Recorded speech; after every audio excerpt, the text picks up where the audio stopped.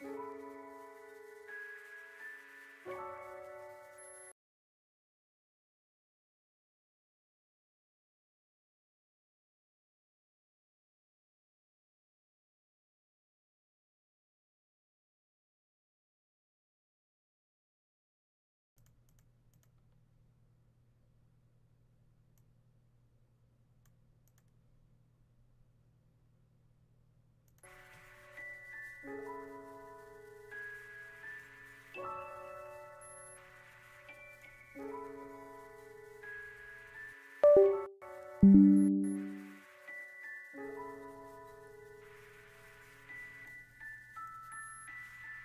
んばんは。お待たせ。いらっしゃいませ。リムさんいらっしゃい。こんばんは。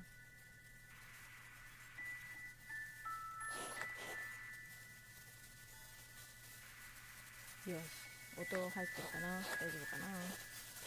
今ゲームの音も入れてます。音小さかったり大きかったりしたら教えてください。ということで、今日は金曜日ですけど、よいしょ。皆様いかがお過ごしでしょうか？やっと1週間終わったって感じかな。よし。それでね、ちょっと間空いてしまったんですけど、本日はゴーストピアの4話。声大きめでいい？ボリューム上げます。よし。どんなでしょう？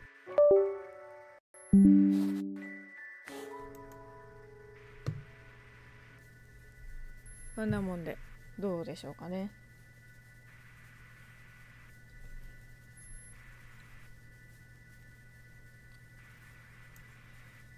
で、今日からというか今日は4話をやっていきます。前回まではね、どんなだったかなーってアーカイブ見てたんですけど、老人に振り回されてる感じでした。いい感じ？ありがとうございます。ひたすら老人に振り回されて、クラーラも帰ってきましたね。帰ってきて、あの後どうなったかわからないですね。4話で出てくるのかな。おそらく闇落ちしてますね。で、前回のキルが、2キルです。2キルの最後多分自滅しちゃったので1ですね。で、おじいさんの方はローさんがやったのであれはカウントしてませんですね。夜とばあさんの方で2キルですね。で今日4話から3話の最後で不穏な電話、神父と誰かが電話してるところで終わったんですけど、その続き4話ですね。このサムネの子が新しく出てくるっぽいですね。パシフィカさん、ちょっと違うものを口走りそうになったね。パシフィカさんにちょっと似てるんだけど、改めて見てみたら違う子っぽいね。多分、おそらくきっと。このさ、パシフィカさんって結構髪の毛長かったんだよ。腰ぐらいまである金髪だったんだけど、この子はちょっと赤毛っぽい。で、多分肩よりちょい長いから、このぐらいで金髪なんですよ。で、青い目をしてまして、でもこの子はちょっと赤っぽいんだよね。で、ちょっとくるんとしてて、髪も短い。多分ね、この子は別人なんじゃないかなって僕は思ってる。ということでやっていきましょうか。4はあの子と一緒で一人の夜と。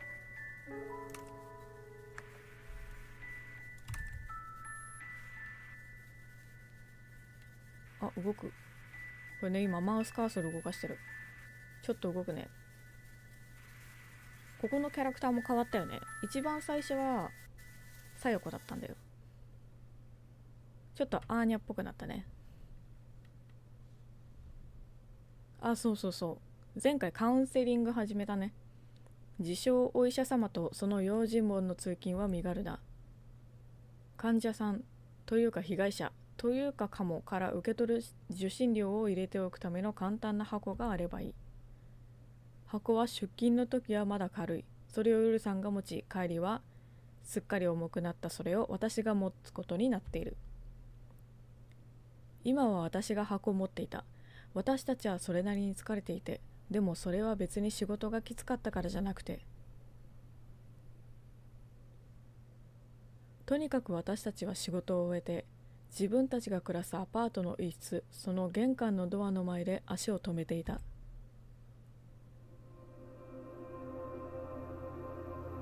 ドアがなくなっているね。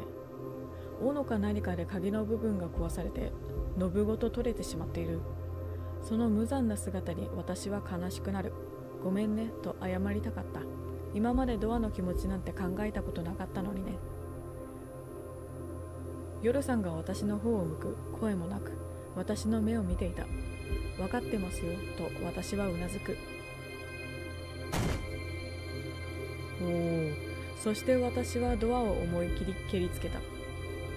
開くの？そういうことか。中にまだ人がいるかもってことか。ドアが空中にあるうちにポケットから銃を取り出す。そのドアごと撃ち抜くように1発、2発、3発。手応えなし。小脇に抱えていた集金箱を今度は部屋の天井に向けて投げつける。小銭の入った爆弾が天井で爆発したみたいに部屋中に小銭が降り注ぐ。うわっと声がした。私のものでも夜さんのものでもない声が。本当だ。これ僕ちっちゃくなってなかったね。ありがとう。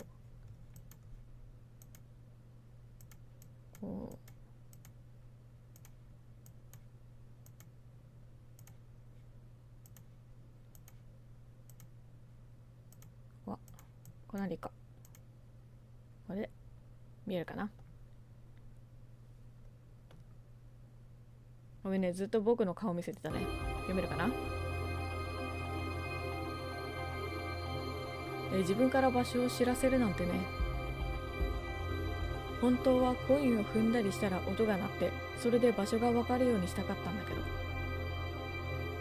まあ手間が省けたとも言える。あとは簡単だ。だって毎日やってるから。駆け寄って脳内に一発。身軽さが重要だ。私たちの通勤と同じ。私が後ろを振り返ると、夜さん、そしてパシフィカさん、そしてアーニャがこちらを見ていた。みんないるんだね。私はなんとなく手を振った。アーニャが吹き出した。なんだよそれ。パシフィカさんを手を振り返してくれた。こんなわけです、私は言った。自称お医者さんとその用心棒の通勤は身軽だ。でも最近は心が重い。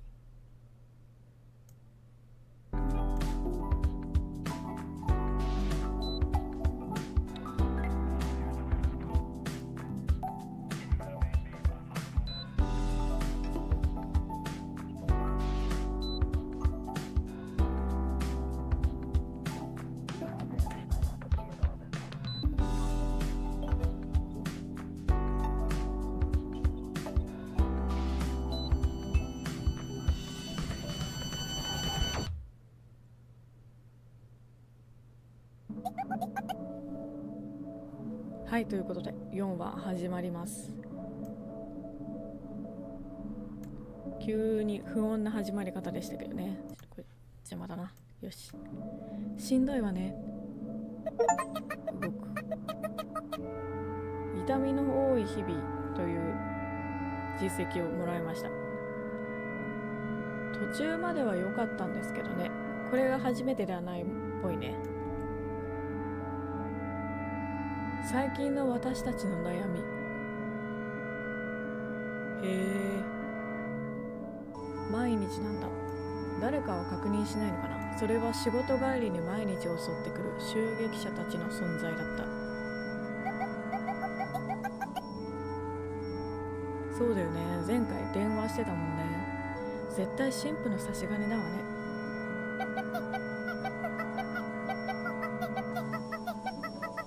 部屋に入ってくるなんて理解のない親じゃないんだからさ。掃除しといたわよってやつ。ドンと必要以上に大きな音を立てて夜さんがコーヒーカップをテーブルの上に置いていく。カップの縁はみんな少しずつ欠けていた。侵入を許した時点でやっぱりというべきか。部屋は荒らされていて、机の上にカップが入った食器棚は無残に引き倒されていた。もともと汚い部屋だったんだけど、それでも私の唯一の居場所だったこの部屋が敵の侵入を許してしまって安心できない場所になってしまったのはかなりしんどい。何かを探してるのかな。私はカップの縁をあえて見つめた。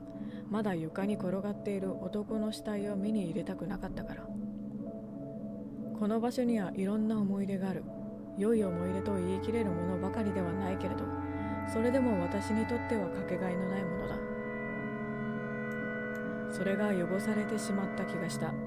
でもそれは私のせいかもしれない。きっとそうだ。私のやり方が悪かったせいで。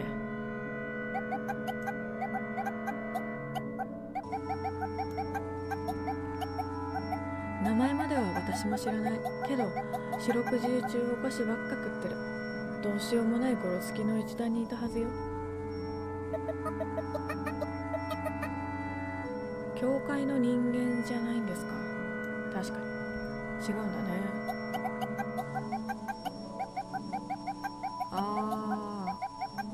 頼まれた可能性もあるってことか。イエスでもありノーだわね。教会の勢力図は広くて深いの。経済的な意味でもそうね。腕っぷしの方でもそう。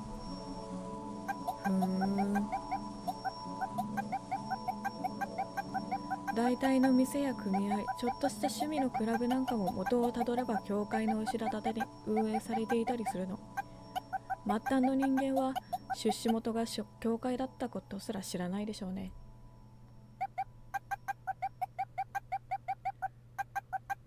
多分あなたを襲う連中は連中自身の柄の悪いボスから命令されていると思う。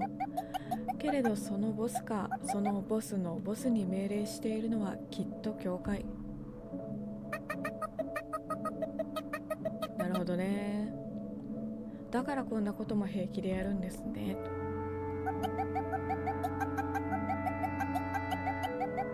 確かにそれ以外の組織にあなたを狙う旨味が全然ないってこともあるけどね。気分が悪かった。こうやって正しく理知的で、清潔な説明は正しいけれど逃げ場がない。心当たりがありすぎてどれのことだか。もうちょっと硬いドアにしておきゃいかんな。発注できますか。ちょっとはお金も貯まったし、できればお願い。できるだけ急いで。ドアノブなさそうですね。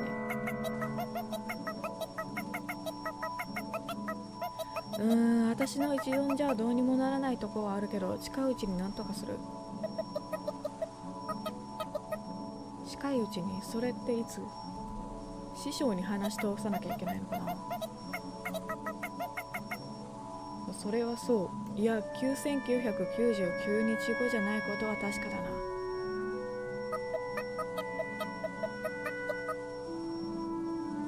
怒ってますね。そんなの全然近くないよ。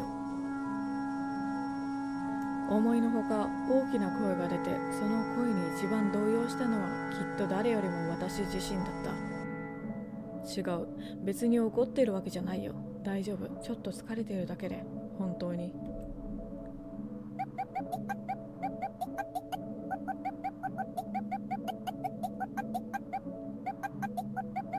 さえこちゃん、心配しないで。この子のとこに予約している人たちは大抵私の紹介だから、ちょっと順番を譲ってもらいましょう。助かる。ああなたがするべきなのはもうちょっとだけ耐えること。それはあなたにしかできないの。だから。お、いいね。こいつマガジン3本持ってたよ。いいね。もらってこ。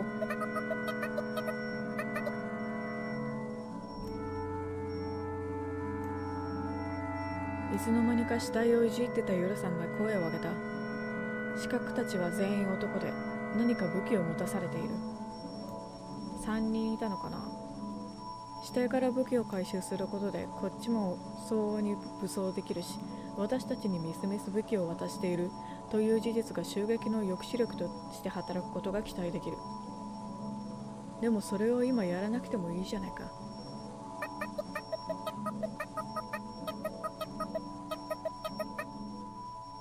私が喜んでそんなことをやってるとでも思ってるんですか。怒ってる。寝よう一旦。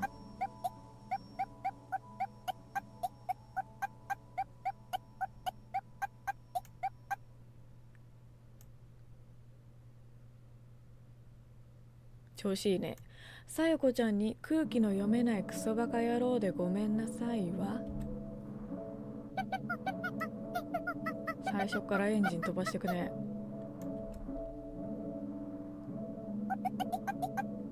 よくできました。ねえさよこちゃん。おお。私はさよこちゃんじゃないし、視覚に毎日命も狙われてない。だからあなたの気持ちを全部がわかるとは思っていない。けどきっと犯人を突き止めてみせるから。だからあなたは耐えるの。耐える以外はしなくていい。耐えるのがあなたの仕事。信じて。全然行動とセリフが合ってないんだけど。強い人だと思った。私よりもずっと強い。パシフィカさんの言う通りだった。あなたは私じゃない。信じます。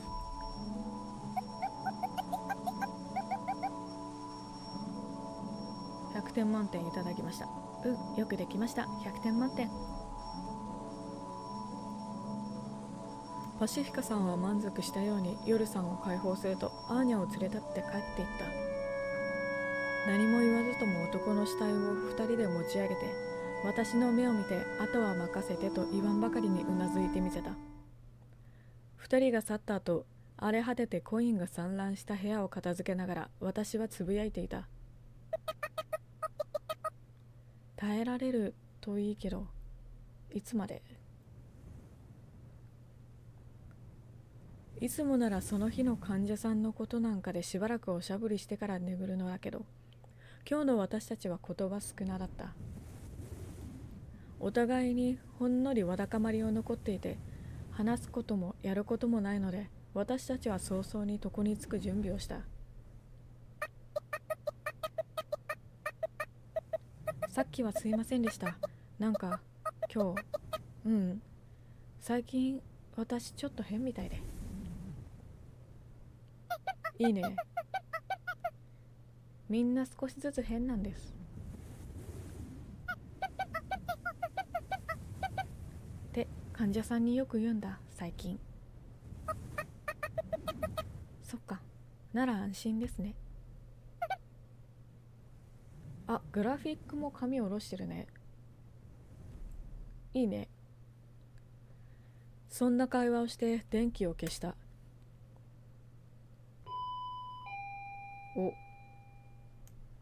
お客さんだ。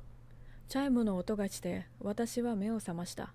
こんな夜中、いや明け方も近い時間に誰だろう。おや、こんな夜中にお客がっていうやつだ。まさかのドア工事。さすがに急ぎすぎじゃ。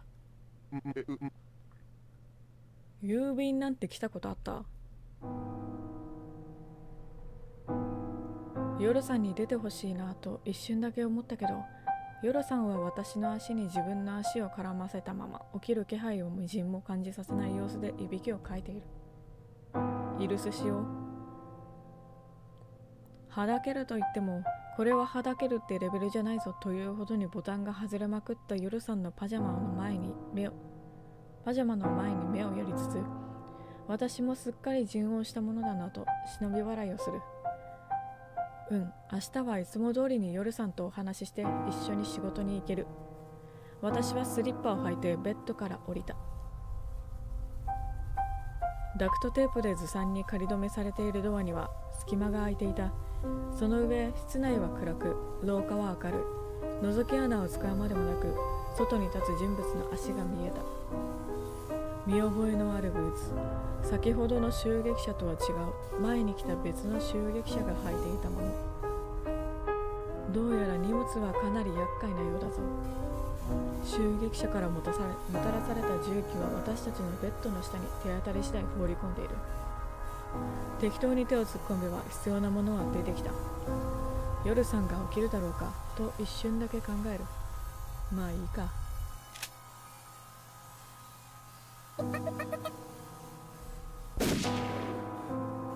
引き金を引いた。すごいな、これで起きないんだ。夜さんは起きなかった。ドアの向こうでくぐもっとうめき声がしただけだった。ドアを蹴破って廊下に出た。やはり見覚えのある男がよろよろと階段を上り、上階に消えていく。同じ人なんだ。床に点々と続く血の跡。どうやら案内をしてくれるみたいだ。廊下を登れば登るほど血痕は大きくなる。それは男が弱っていることを意味していて、それは本来なら喜ばしいことではあるはずだった。だからまあ大丈夫だろうと思っていた。それくらいにこの手の荒事は私にとって日常の一部になっていた。でもこれはちょっと日常の範囲外だ。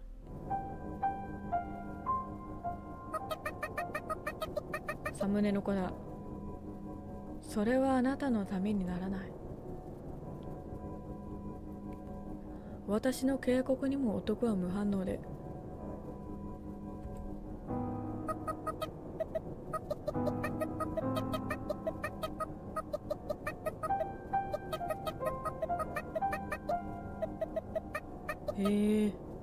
後ろにいる人も新しい人だ。ところで最近美味しいハムを食べてないんだけれど、美味しいハムを出してくれるお店とか知らない？最近缶詰ばっかりで。教会後、男はさすがになんだこいつはと言わんばかりに表情を崩す。今です。知らない人。後ろにいる人は助けに来たのかな。女の子。おー、かっこいい。その時初めて彼女の声を聞いた。その声はあまりに自然に、そして無駄なく私を動かした。最初からその動きをさせるスイッチがあって、声がそのスイッチを押したみたいに思えた。不思議な声だなと思ったんだけど、その理由はそれだけではなくて、甘かった。これは比喩に過ぎないんだけど、半分は嘘だ。リアルに甘いと思ったんだ。ちょっと変だけどね。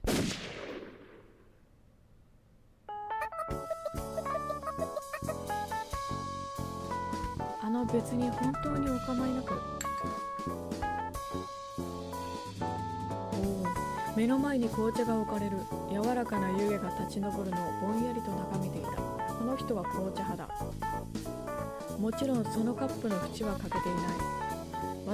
私にお茶を出してくれるのは先ほど共闘した背の高い大人の女性だった。大人なんだ。違う、女性なんだ。前髪で目が隠れていて、表情と視線がわからない。目隠れです。どうもありがとうございます。少なくとも口音は全く無表情でちょっと怖いなと思う。メインの登場人物は女の子だけなんだね。体格が良く、私の向かいでふんわりと香る彼女の華奢な体つきとは対照的だなと思う。しかしそんなことよりも私は彼女のお腹に開きっぱなしの穴のことが気になっていて、あれは私が撃った弾が男の体を貫通してできた銃創なんだ。動く。背景が動く。男の体を貫通した後、銃弾がどれくらいの運動エネルギーを保持していたかはわからないけれど、とりあえず銃弾は服を突き破って、そして銃創の周りには血で湿っている。かすり傷ってことはないはずだ。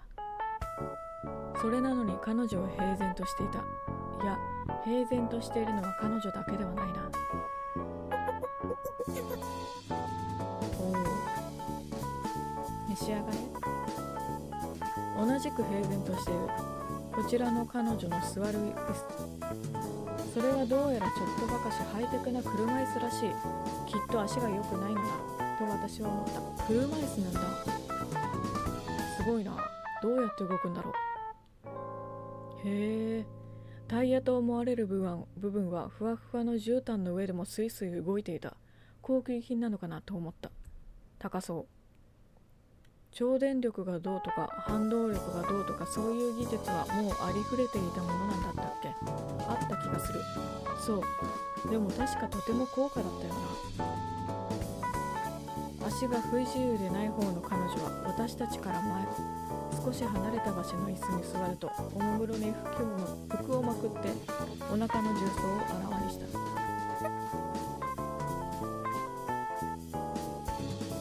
そうしてカバンから素早くキットを取り出すとあまりにも手慣れた様子で傷口を消毒し、ちょっと大きなピンセットみたいな器具を重曹に突っ込んだかと思うと、まるでニキビの芯でも取るかのように滑らかな手つきで銃弾を取り出してしまった。こ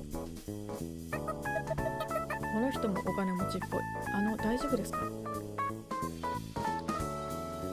思わず私は声をかけてしまう。怪我の原因は私でもあるのだから。目と目、発音がとてつもなく難しいね。目と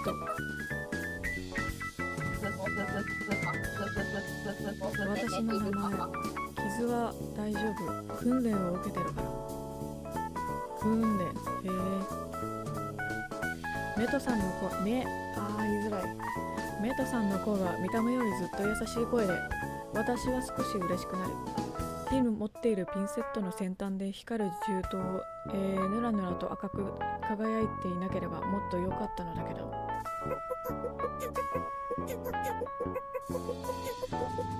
どうせ幽霊だもの。撃たれた怪我もそう遠くなく帰ってしまう。すぐさま死んでしまう事態を避けることが最優先。そうなんだ。そっか。私は忍者ね。さよこ有名だもんね。目と目、言いづらい。そうですね、有名です。忍者の方で覚えられてないのは珍しいんじゃない？私は自分の部屋からちょうど2階分上の部屋でソファーに座って小さくなっていた。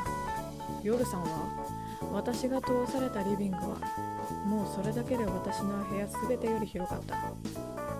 最上階はこんなことになっているのか。ホテルのスイートルームみたいな感じで。かわいい。最上階のプリンセスっていう実績をもらいました。私のこと話してなかったよね。レナータ。難しいね。レナータ、レーニャって呼んでくれたら嬉しいかな。レーニャちゃんね。レーニャ。な行苦手なんだよな。レーニャさんは、レーニャさんにメイトさん。難しい。お友達が増えて嬉しい。さよこ。同い年くらいなのかな。ちょっと年下に見えるけど。レーニャが身を乗り出して手を差し伸べてくる。車椅子から落ちやしないかと私は慌ててその手を取った。いい匂いがしてくらり意識がほどけそうになる。この匂いは何だろう。ドギマギする私をよそに彼女はテーブルを挟んで私と向かい合って、昔どこかで見たようなピンク色のぬいぐるみを抱えておっとり笑っていた。ずっと気になってた。ニヒドラえもんみたいな。完璧だった。完璧か？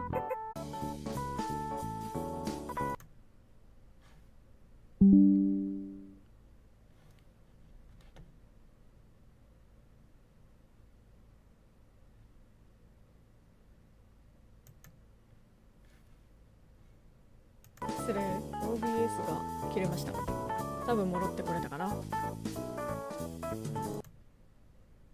大丈夫だといいな。ここ私の部屋だよ。彼女は私よりも年下。やっぱ年下なんだ。アーニャよりも幼くてクラーラと同じくらいに見える。落ち着いているけど常に抱えているぬいぐるみのせいで同じくらいに幼くも見えた。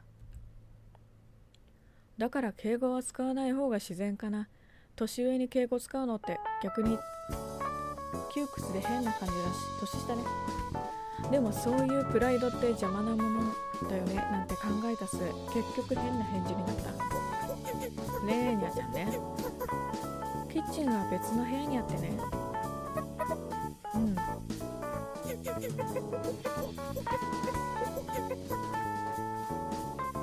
あなたのお部屋よりちょっと広いかもね。ちょっとお金持ち。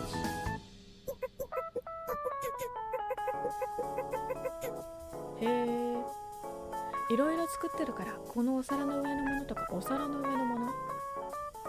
テーブルの上のお皿には洒落たビニール袋で梱包されたいかにもブランド物といった風なお菓子が並んでいた。お菓子作ってるんだ。そう、製菓ね。そう、製菓業、そういうもので彼女は富を築いていたのかもしれない。ぽいね。その紅茶、冷めないうちに飲んでくれたら嬉しいな。美味しいから。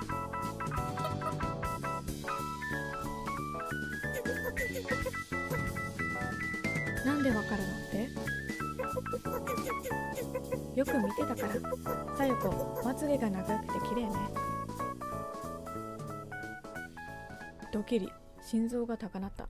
なんだろうこの雰囲気。嬉しさと恐ろしさが半分くらいずつ。そんなことを言うならレーニャのまつげだって長い。彼女に汚い部屋なんて一つもないよ。汚い部分なんて一つもないように思えた。なんというか雰囲気が不可侵なんだ。プリンセスみたいに華奢な見た目なんだけど、声は落ち着いていてクイーンという感じ。洗練された雰囲気は駅ビルのちょっと高級なスーパーで売っているようなよく冷めた外国産のミネラルウォーターを思わせた。例えがちょっとわかんないかもしれない。変な連想だけどね。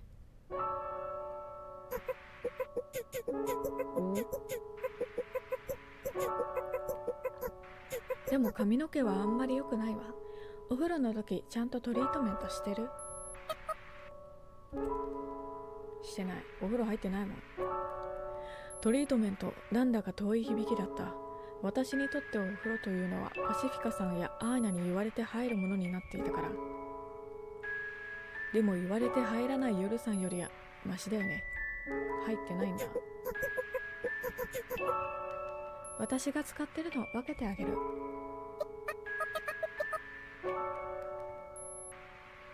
それは何使ってるの？そうしたら髪の毛一緒の匂いになるね。推しの香りだぞ。あーか。そんなレーニャの赤褐色色の瞳が私をまっすぐ見据えていた。その眼差しの真意はわからない。レーニャは私のことを全部わかっている風なのに、彼女の気持ちは全然わからない。なんでここに来たんだっけ？粉？これ、粉にしてはそれなりに美味しいの。粉？この町に生きたものは存在しない。だからなのか、肉も精肉ではなく、燻製やソーセージなどの加工食品、あるいは真空パックされたレトルト食品が中心になる。ああ、そうなんだ。粉？そういうことか。いつも飲んでいるコーヒーも洗焙された豆ではなくフリーズドライのインスタントのものだ。なるほどね。それで粉ね。紅茶を飲む機会はあまりなかったけれど、多分茶葉ではなく粉のものなんだろうな。茶葉もないんだ。ちょっと迷ってから口につけた。甘い。でも香りが飛んでしまっているかといえばそんなこともなく、おぼろげに覚えている高い紅茶の味がした。現代かな。昔友達と百貨店の中のタルト屋さんに入った時のお茶の味に似ている気がした。多分。でも百貨店ってなんだっけ。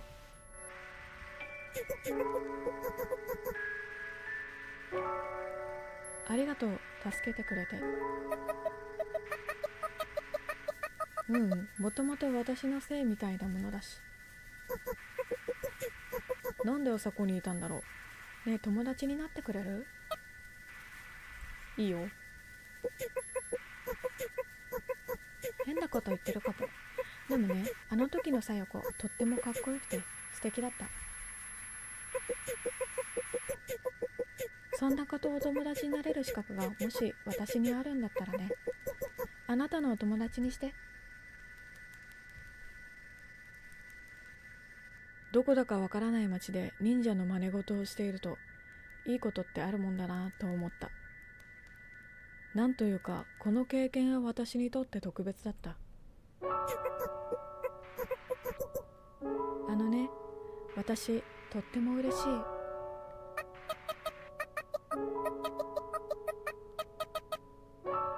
陰キャ出てるぞ最後。あ、へへ、私も嬉しいというか、へへ。私たちはしばらく話し込んだ。レーニャの話し方は今まで私が出会った幽霊の誰のものとも違う。一つ一つの言葉をゆっくり、立体の展開図を作るみたいに丁寧に整理して伝えてくれる。今の天気を聞かれたって口ごもるようなすっとろい私でも彼女の手を取って会話についていくことができる。毎日に疲れていた私にとってそれは幸せな会話だった。お、カフェだよ。私とヨルさんが店に入るとアーニャは手を挙げて合図をした。早いね、わざわざごめん。いいってことよ。何頼む？新メニューなんだろう。新メニューはやめとけ、あんまり良くない。マジか。逆に気になるな。昨日のことをちょっと謝りたかったけどタイミングを逃してしまって結局私は挙動不審気味に様子を伺っていた。けれどそんなこんなしているうちにパシフィカさんがやってきて軽く世間話をしてから本題に入る。帰りがけにちゃんと話せばいいか。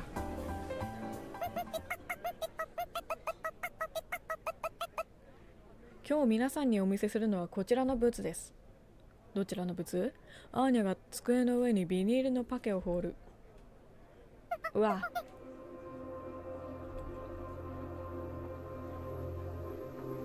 親指大の妙に金属めいたダンゴムシ。いや、それにしては足の数が少ないかも。ちょっと早く送りたいです。透明なビニールを通して見える物体はそんな風に見えた。まだかな。見つけた。この前やっつけた男の死体から見つけたものよ。中にいたの？不自然な傷口があったからちょっと調べさせてもらった。さやこちゃんの記憶が正しければ復活して数日ってところでしょ。数日でそんな怪我をするかしらって思ったわけ。それで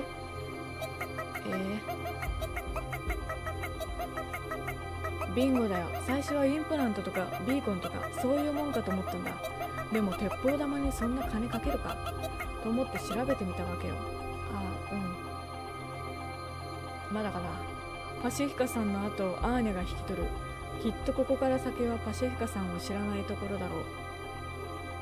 身じろぎ一つせずアーニャの話を聞いた。足が少なければいいって問題でもないんだよな。こいつはそうだな、携帯のコントローラーの機器。コントローラーの呼気ね。どっかにお気があって呼気を埋め込んだやつの行動を強制できる。話が入ってこない。そっか。コントローラー、おやき、強制。なんだかゲームみたいな単語に私は少し戸惑う。遠くに来てしまったなと思った。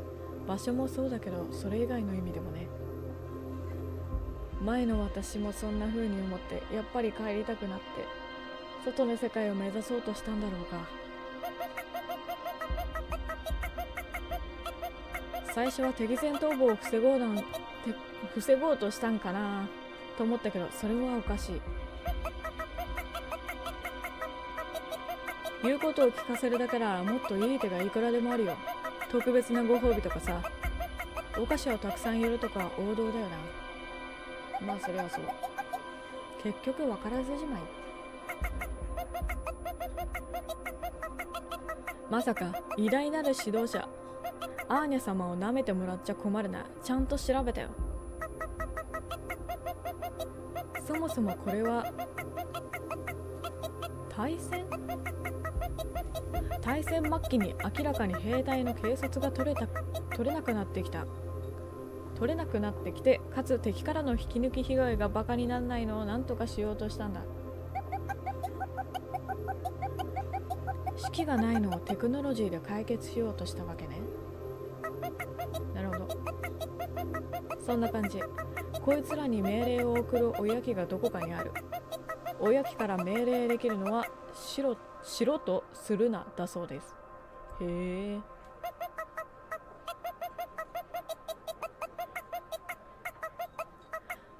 神経を乗っ取って報酬系を自由にいじくる的な、そんな感じだったと思う。ほら、虫に奇襲されて危機として川に飛び込む虫みたいな。知らんけど、そんなのがあれね、カマキリね。どういうこと？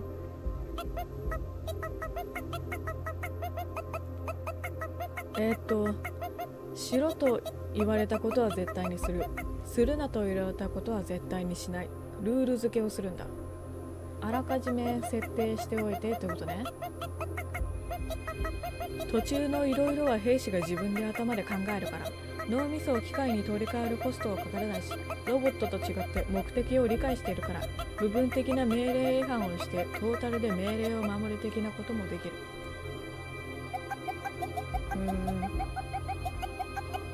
すがすがしいくらいに人権を無視してるわね。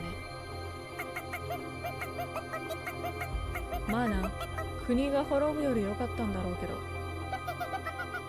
詳しいんだね。いいから早く送ってもらえませんか。この画面を消していただけると助かるかもしれない。実は聞いたんだけどな、知り合いに詳しいやつがいてさ。ちなみに男。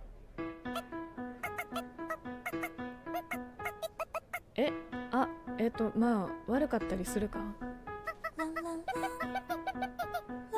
あらやだ、反応が逆に生々しい。なんで？アーニャもやることはやってるの？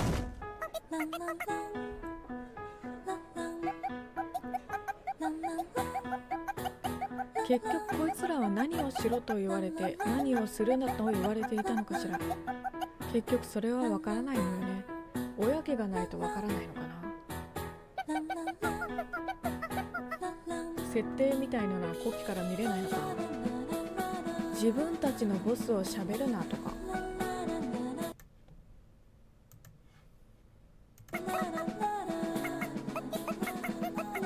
なるほど。まあ辻褄は合うな。今度の資格は生きたままひっ捕まえるしかない。やってみる。生かすのが一番難しいからな。まあ向こうのテクノロジーが遺伝子を異変させるミュータント製造マシーンとかじゃなくてよかったな。それは五分五分だね。アメコミの世界観になってしまう。さすがに忍者ガールもそれはきつい。武器。素手なら五分五分。いっぱいあるもんね、武器があったら。私はははんと笑ってみせた。余裕よ。頼りにしてるよ。よかった、調子良さそうで。多分それはレーニャとの会話のおかげかな。それからもちろんあなたたちのおかげでもあるよ。その反面ちょっと罪悪感があった。レーニャとの話は私は誰もしたないことについて。さっきの女の子ね。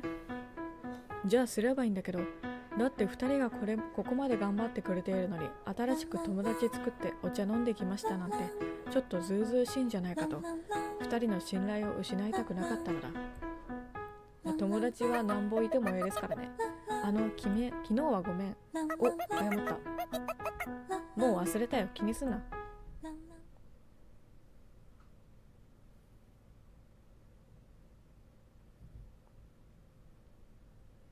そんなわけで次の資格は捕獲してかっさばいてやることになった。腹を。そのあたりの店でロープを買って帰路に着く。一番頑丈なものを選んで予備も用意した。準備は万端だ。少し期待したのだけれど、道中死角に襲われることはなかった。昨日の郵便屋作戦の男が今日の担当だったんだけど、先走って突撃した結果死んだために今日はお休みなんじゃないか。シフト制なんだ。そんなことを考えながら部屋でぼーっとしていると電話が鳴った。もしもし。お、パシフィカさん。さよこちゃん、遅くにごめんね。いえ、普通に起きてたので大丈夫です。何かありましたか？うん、ちょっとね。うちに来れる？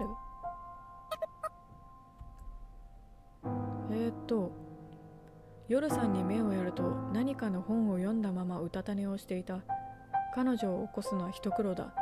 少し時間を見てもらわなければいけないか。夜さんを起こしていくのでちょっとかかります。お？昨日の電話とつながれそうだね。いいえ、できればあなた一人で来てほしいの。郵便屋さんまた来るかもしれないからね。でもいつ襲われるか分かりませんし。なぜだそれは。今夜に限って言えば大丈夫。私が保証するから。アーニャはもう来てるわ。待ってる。2人じゃないんだね。わかりました、急ぎます。パシフィカさんと2人で話すことがあるんならわかるんだけど、アーニャもいるのはどうしてだろう。夜さんの額に手を当ててポンポンと叩いた。夜さんがホゲホゲとかふがふがとかいうのを後ろ手で聞きながら、私は街へと繰り出した。パシフィカさんの家に来るのはそういえば3回目か。もう時間も遅いので少し迷ってチャイムを鳴らした。しかしパシフィカさんは出てこない。以前のちょっとした経験からトイレってこともあるねと考えて、ちょっと待ってからまた押す。あの時はどうやったっていたら、すべてうまくいっていたかを頭の中で何度もシミュレーションをして、最近私いろいろ覚えられてて嬉しいななんて一通り頭の中で私によるおしゃべり会が開かれて、そして終わるくらいの時間、私は待っていた。けど一向にパシフィカさんが出てくる気配はない。まさかと思うけど強盗か、あるいは彼女に恨みのある誰かに押し入られたりしているかもしれない。玄関のドアに手をかける。ノブは抵抗なく回った。つまり鍵はかかっていない。ほらか、明らかに普通ではない。最初にこれをしておくべきだった。人んちだしな。最大限に警戒しながら私はパシフィカさんの家にお邪魔した。今日何丁持ってきてる？人の、いや幽霊の気配はどこにもなかった。代わりに湯気に立った。最近だね。湯気の立った食事とコーヒーがリビングの机の上に用意されていて、食事からはいつもならお腹のすくような匂いがしている。時間はそう経ってない。でもどこか不気味だ。やっぱり勝ち込まれたのだろうか。いや、それは不自然だ。私が襲撃者だったら食べ物の乗ったテーブルなんて最初にひっくり返してやるだろう。そうか。私は待つことにした。パシフィカさんは忙しい人みたいだし、食事を中断して何か片付けることでもあったのかもしれない。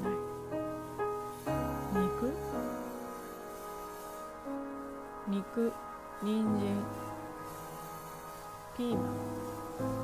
外は寒かったのでコーヒーだけいただくことにしよう。いいの、勝手に。私を気遣ってくれたのか、少し甘いコーヒーをすすりながらソファーに腰掛けて家主を待った。最初は侵入者がいやしないかと思ったのだけど、暖かな部屋とふわふわのソファーと布地の表面に残るパシフィカさんの私はとてもリラックスしていた。最近までいたんじゃない？ちょっと退屈だななんて思った時には、私はぼんやりとした眠気に襲われていた。甘いものって落ち着くんだなと思う。パシフィカさんに似てる。それかレーニャ。糖度はレーニャの方が高いかな。パシフィカさんは大人の味だよねなんて思ったりしながら起きていようと努めたのだけれど、限界かもしれない。盛られてない？やられたな。少しだけ休むことにした。パシフィカさんには呆れられるかもしれないけど。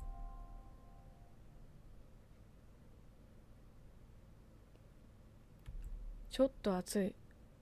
パシフィカさん家の暖房は性能がいいので、こういうこともあるのかなと思う。目を開けるのがだるくて、でも起きなきゃと自分を奮い立たせて身を起こした。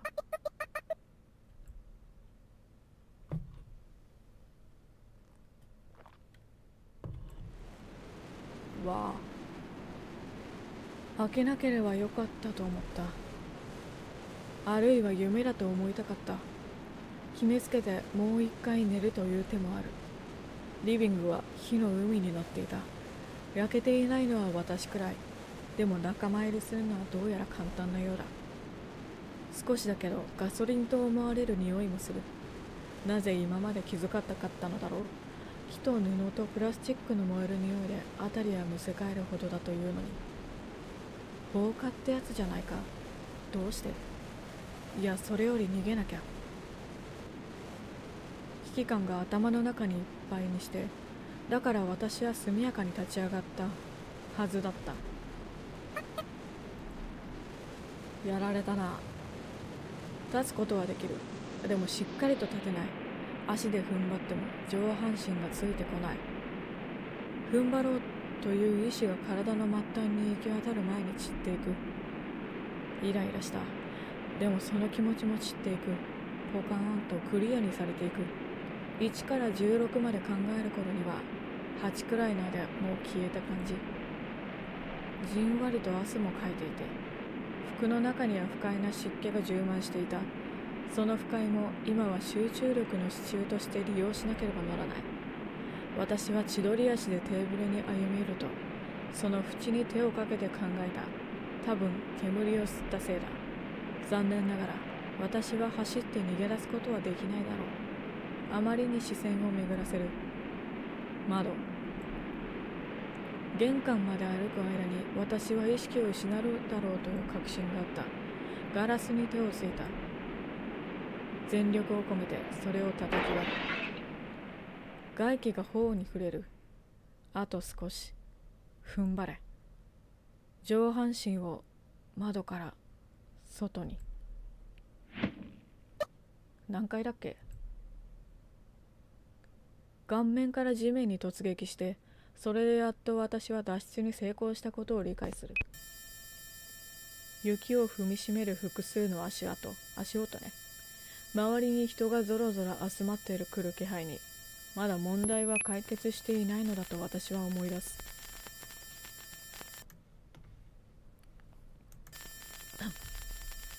そして犯人はどうやら複数人いるようだった。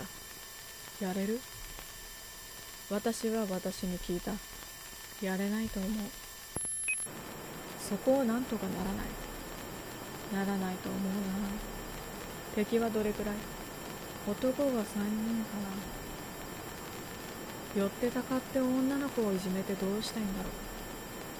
そんなの決まってるでしょ。撃ち殺してやる。あの日やれなかったことを私は叶えることができる。ポケットの中の銃をまともに狙いもつけずに男の一人に対して発砲する。それからどうなった？さあね、世界の動きは駒送りで、しかも駒はところどころ抜けている。いつの間にか銃を取り脅してる。ああ、もう目の前の男を睨みつける。体がもう動かない。思考さえ殺してやる。その意志だけが私の中にあった。のろのろと時間が過ぎた。サイレンの音が急激に近づいてきて、私ははっと我に返る。パトカーが止まっていた。ああ、いいとこだったのに。警察だ。何してるんだね、君たちは。おまわりさん、この人です。いつかどこかで見たような私服警官がパトカーの窓越しに叫んでいる。話を聞かせてもらおうかなあ。話は署で。カツ丼出ますか？パトカーを降りようとする警官に男たちはパトカーに向けて発砲する。けれどそれはフロントガラスに部分的にひびが入るだけで終わる。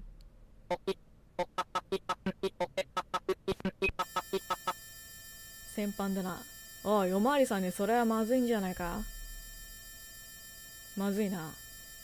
警官は少し考えるような素振りを見せてから、お、一応味方っぽいな。忍者、当たったらごめんな。そんなことを言って、それからショットガンが火を吹いた。ショットガンは海洋か。銃声とポンプアクションの音が繰り返す。強烈な刺激が疲弊した精神に焼き付いてわけがわからなくなる。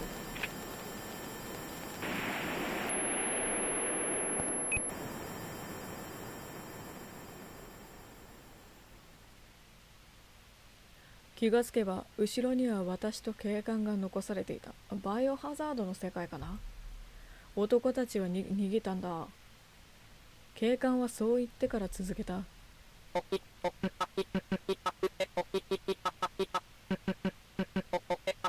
おお、昨日の敵は今日の味方ってね。おい、そんなに警戒しなくてもいいじゃないか。大丈夫。今日の俺は君の味方だ。すご。もう何も信じてない。私は心に浮かんだことをそのまま口に出していた。そうか、怖いな。でも彼のそのいかにも適当な言葉は、もう危機が去った後の、なんていうのかな、少佐でしかなくて、私はそれが嬉しくて、ほんの少しだけ気を緩めてもいいかなと思った。そして、落ちた？ほんの少しなんて器用なことができるわけがなかった。私はそのまま気を失った。パシフィカさんの家は多分復活するんだよね。その振動が多分車が道路を走るそれだと気づいて、そして目を覚ました。車が揺れるたびにガンガンと頭痛がして、私は悪態をついた。あんまりな。女の子がそういうこと言うもんじゃないな。私は後部座席に寝転がっていた。警部は運転をしているから彼の表情はわからない。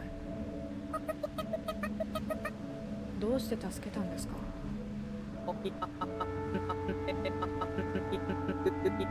そりゃな、家が燃えてたから現場に急行するし、そこで女の子が男に襲われてたらな、助けるさ。おまわりさんだもんよ。そうだよね。一応警部なんですよ。あなたは敵だと思っていた。場合によるんじゃないか。こんばんは、いらっしゃい。初コメありがとうございます。警部がハッハッハッと空気を多く含んだ笑い声を出す。ハッハッハッか。そうだな。俺らは教会と協力関係にある。けど協力関係がいるために警戒やってるわけじゃない。町を守るのが目的なわけだな。効率の問題ってこと？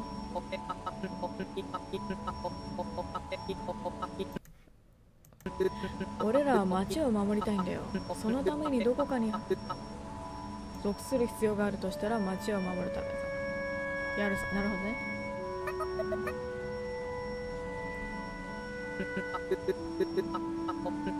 操作はするが、あの家の家主はな。黒いか。あいつはしょうがない。あいつはしょうがないなとも思うんだよ。やられてもってこと？あんだけ悪毒やってれば放火ぐらいされるだろうと思ってな。パシフィカさんは悪い人じゃない。どっちかっていうとあれですよね。そうだ、パシフィカさんは強くて賢くてコネがあって私を守ってくれる。左翼を狙ってた感じはありますね。そうだな。なら教会も悪くないな。教会とは違います。いや、あの規模の商売をしていて教会の手もこまねいているって相当なもんだよ。相当むちゃくちゃしちゃあれはならん。ああはならんよな。そんなこときっと神父になり変わってこの町を牛耳ろうとしてるんだって昔からずっと言われてるな。なるほど、相当なことをしているらしい。頭痛に加えて動悸がした。聞きたくない。そう思った。私が知らないパシフィカさんの側面知ってしまったら、もし怖いとか嫌だなとか思ってしまったら、私はパシフィカさんのことを信じられなくなってしまうかもしれない。それが何より怖かった。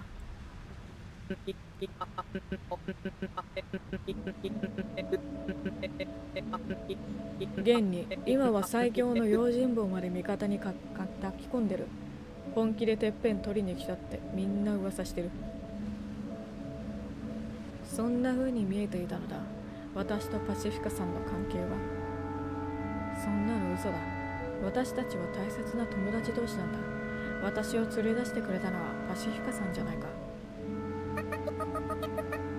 私のことですか？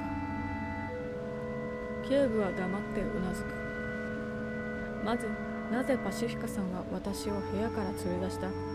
それって必要があったからじゃないか。腕っぷしの強い誰かが。はは、そんなわけない。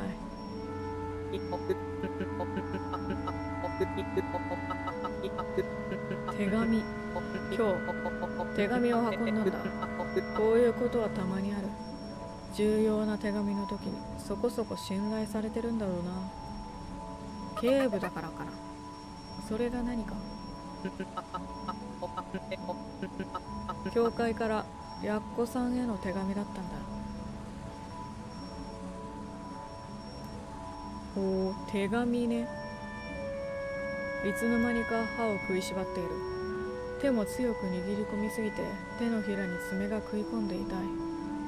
変な汗がコートの内側でじわじわと染み出す不快さに私はうなり声を上げる。手紙の内容はわからんでしょう。知らんよ。運んだだけだ。でもこれは想像だが、やっぱり言うのはやめよう。あそこの角って左折大丈夫だったかな。一通の道とかあるんだ。知ってはいるのかな。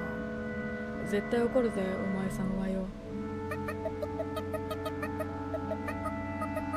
また壁に投げつけてやる。今度はもっと強く。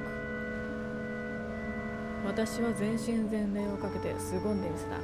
それが功を奏したのか、警官はやや間を置いてゆっくりと口を開いた。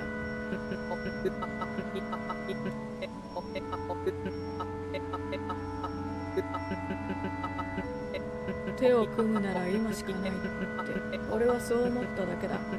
まずは業務提携から入って相手の審判を掌握してなんていうのは常習手段だよな。そんなわけないじゃないですか。そうだな。だから想像だ。嫌な想像。それきり私は何も喋らなかった。頭痛はもっとひどくなっていた。警官は何事か言って、それからパトカーのドアが開いた。目の前に私のアパートがあった。頭痛がますますひどくなるのを目に見えていたけど、私は一目散に自分の部屋に走っていった。やっぱり警察はうんこだ。警察官もみんな。お礼なんか絶対に言ってやるもんか。と、そう思った。すやすやだな。部屋に戻ると夜さんが眠っていた。薄いとも厚いとも言えない絶妙なボリューム感の唇になんとなしに触れた。触れたところに茶色い跡がついた。地面のぬかるみか、すすみたいなものか、もしかしたら地下も。ひんやりと正常なこの部屋と私は対照的だなと思う。この部屋だ私は浮いている。火事の中を這いずって地面も這いずってすっかり汚い私。まだ熱くほてっていて首元のやけどに今更になって気づいたりするような、そんな私は。お風呂にでも入ろう。そしたら気分もきっと良くなるよ。そっか、私って気分悪かったんだっけ。確かそうだ。気分悪い時はやっぱりお風呂だよね。脱衣スペースで脱いだ服の匂いを恐る嗅ぐと、やっぱりと言うべきか、悪臭の見本紙みたいな感じの匂いがした。おえーとか口の中でつぶやきつつ、私は嫌悪感のままに布という布を脱ぎ捨てて洗濯機に放り込んでいった。それからユニットバスの狭い浴槽にお湯をためるべくお湯の出る方の蛇口をひねった。しまったと思った。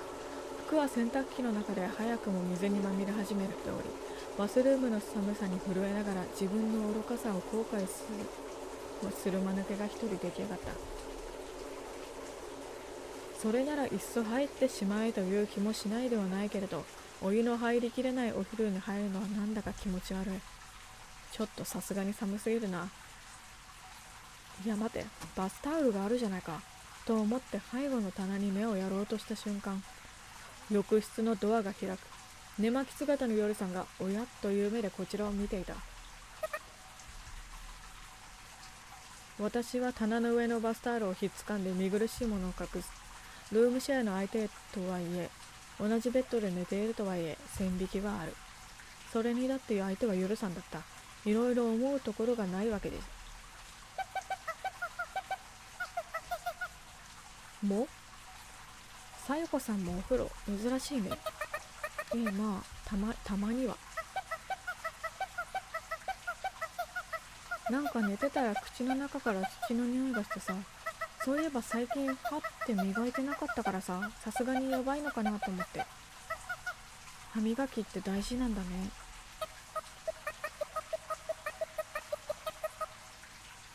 まずいね。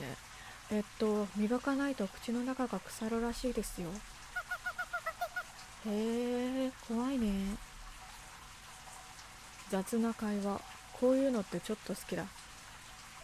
履き慣れた靴下みたいで安心する。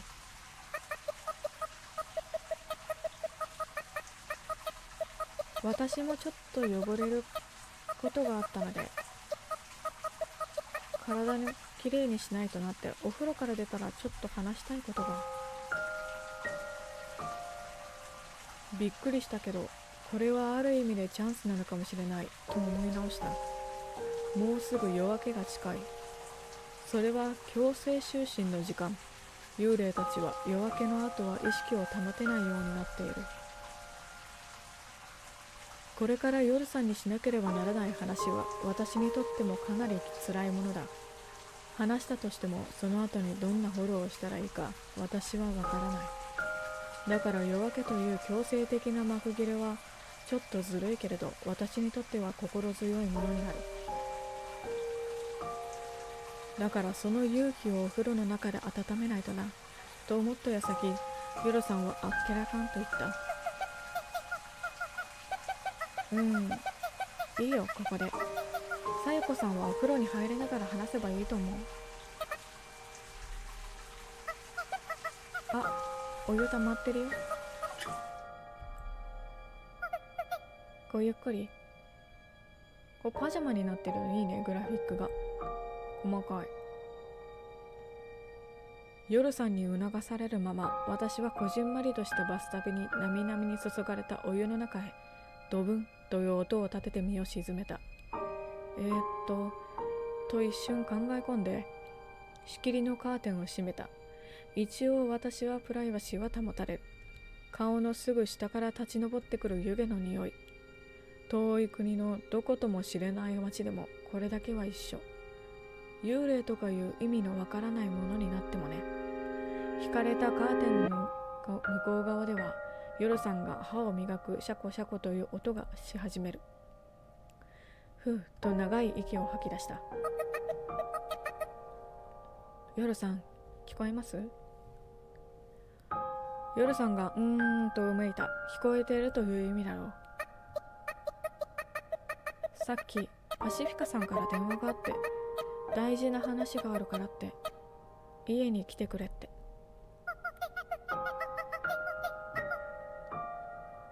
起こしてくれるわ。はいもひはの日起きないよ。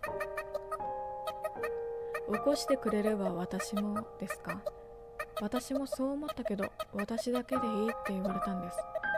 私も道中何かあった時、私一人の方が危険は少ないかなと思って。まあそれは実際に的中して今があるわけだけど、実際夜さんは来なくてよかった。なんて？わかんないですけど、その先の話ですよね。パシフィカさんのうちには誰もいなくて、それで私バカなことに寝ちゃって、起きたら、このアングルは大丈夫か？一旦大丈夫だね。私はそこで一旦黙ってしまった。というよりは話し続けることができなくなっていた。あの一瞬の絶望感を思い出してしまった。私は鈍感でその分タフな女だ。そういうふうに思っていたのだけど、あの日目覚めた瞬間の絶望感、そして無力感を思い出すだけで喉の奥がヒュッと締まって、そして何も言えなくなってしまう。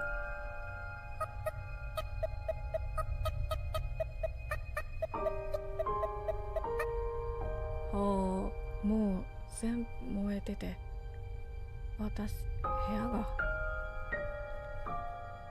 私の事情を察したのか、夜さんが歯を磨く音が止まっていた。私が息を整えようとして出た。ヒューヒューと丸けな音が浴槽に響いてるだけだった。そんな時間がどれぐらい続いたんだろうか。私の呼吸音にスルスルと布すれの音が混じったと思うと、カーテンが開いた。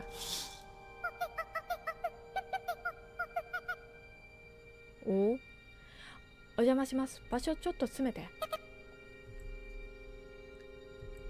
混浴だ。すっぽんぽんの夜さんが私をちょっと押しのけるようにバスタブに入ってくる。溜まっていたお湯がザブンと豪快にこぼれて、もったいないななんて言葉が浮かぶ。いいね。一緒のベッドで寝てるんだし変じゃないよね。裸の付き合い、さゆこさんが教えてくれたやつ。変です。変かもしれないけど、変な意味はないよ。さゆこさんの考えすぎだって。それはともかくとして、夜さんがしゃべるたびに新鮮でも作り物っぽいミントの香りの匂いが顔につく。そんな文化を教えた記憶はないように思う。そもそもどっちかっていうと男同士の文化って感じだし、けれど私の気が動転していて思い出せないだけなのかもしれない。最後まで聞かせてほしいな。聞きたいよ。定員オーバーのバスタブの中、触れ合った足からお湯よりも少し低い彼女の体温を感じた。私の目のやり場を失って自分の膝を見つめた。あ、擦り傷がある。飛び降りた時ね。起きたら全部燃えてて怖かった。サエコさんでも怖いものあるんだね。ありますよ、たくさん。怖かったね。お湯の中で夜さんの手が動いた。夜さんの指先が私のふくらはぎに触れて肌の上をしばらくさまよった。行き場のない幽霊みたいに。ベッドの下に銃を溜めてるよね。ちょっとした量がありますね。でもそれが何だって言うんだろう。さっき整理してたんだ。そしたら見たことのある銃があった。どういうことですか？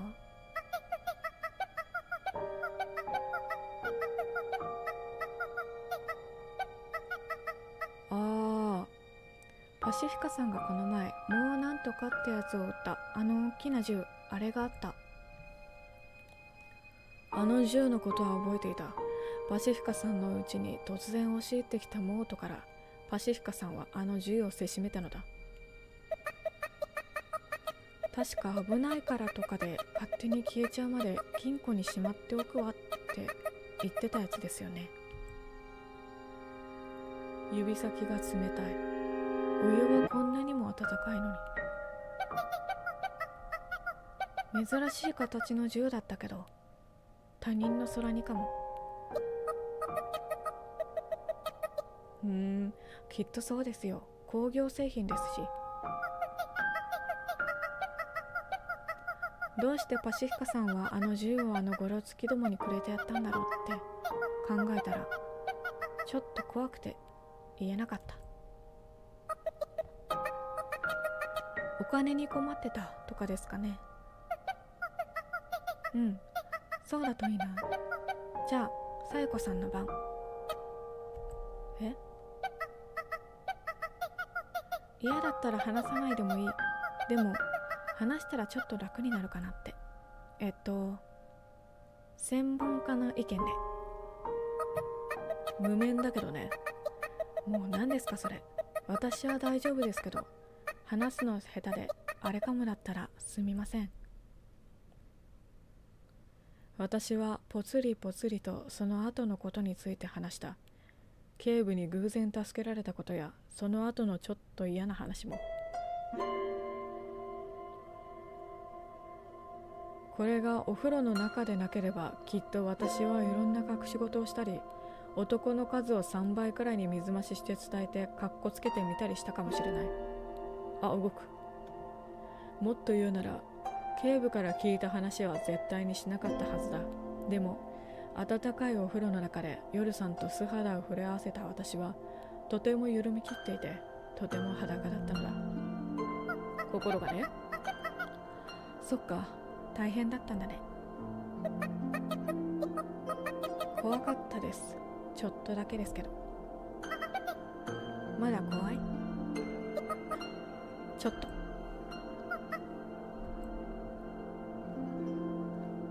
夜さんがもぞもぞ動いて何だろうと思ったら濡れた手で私の髪を撫でて、それからおお、診察しばらくお休みかな。夜さんの言葉に私は静かに息を飲んだ。お風呂を出たらその話をしなきゃいけないと思ってたから。でもあんなに苦労して見つけた仕事を取り上げたくないのか。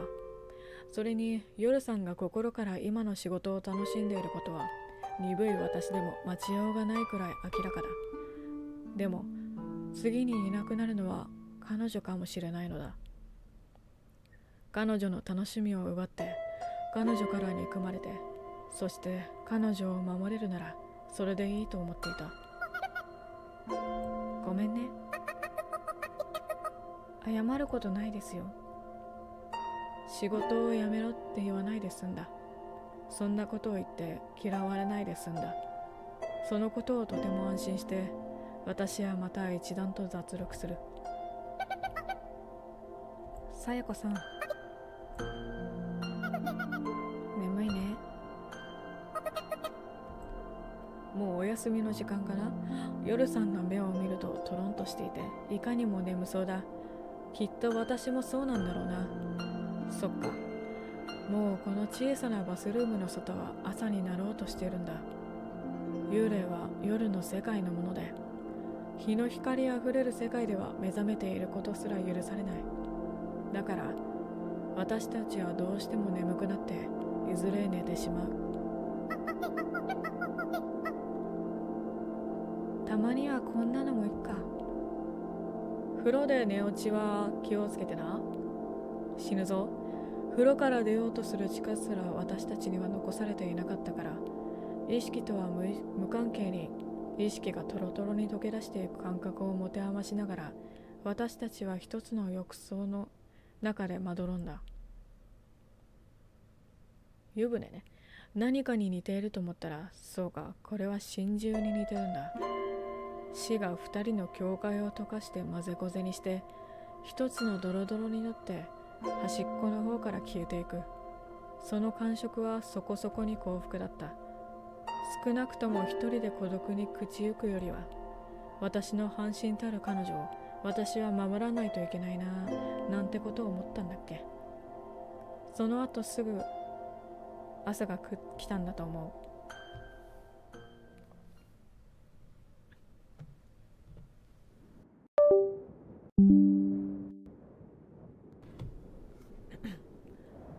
したことあるんですか？あるよ。何か大きな出来事があったとして私たちを変えるのはそのものじゃない。なんだって？大きな出来事で変わってしまった日常によって私たちは変わる。明日の私が全く別人になれば周りも私に気づくことができる。でも実際はそうじゃない。気づけないゆっくりと私たちは変わる。気づいた時にはもう戻らないほどに変わってしまっている。ゴミ捨て場だ。その日も私はゴミ捨て場を歩いていた。パシフィカさんとアーニャが戻ってきていれば絶対にここに現れるはずだ。二人はまだ戻ってこない。生きているのか、あるいは私が見つけ損ねたのどちらかだ。家でも出先でも襲撃を受けることはなくなった。でもそれがどうしてなのかわからない。襲撃者の狙いは2人だったんだろうか。いや、そんなことはないはずだ。あくまでも狙いは私か夜さんのはずで。パシフィカさんの家が燃えた夜から何かが変わったんだ。それが何なのかはわからない。わからない自分にイライラする。イライラしてみても結局わからないものはわからないままで、私はいつでも夜さんをあの部屋に閉じ込めておけばいいのだろう。ぐるりと一周してから念のためにもう一周。今日も収穫なし。ゴミ捨て場のゲートの向こうに黒塗りの高級車が止まっているのが見えた。後部座席の窓がゆっくりと開く。レーニャね。とメト。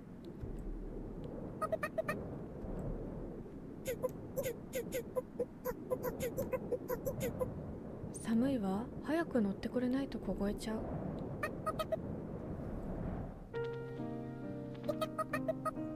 メトさんもこんばんは。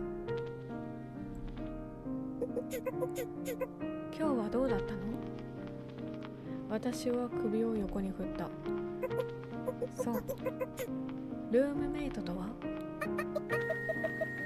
私が意地悪言ってるからちょっと気まずい感じで。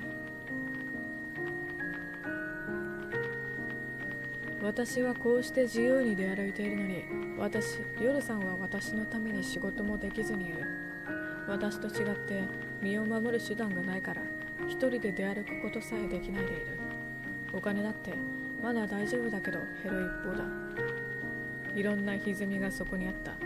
だから最近は私たちは会話少なめだった。そんな話を前レイナにしたのを覚えてくれていたようだった。そっか、さよこも大変だよね。いろいろうまくいかなくて。最近何日かに1回はこうしてレイニャとメタさんが車で迎えに来てくれるのだ。手のひらに感じるのは革張りのシートの上質な感触。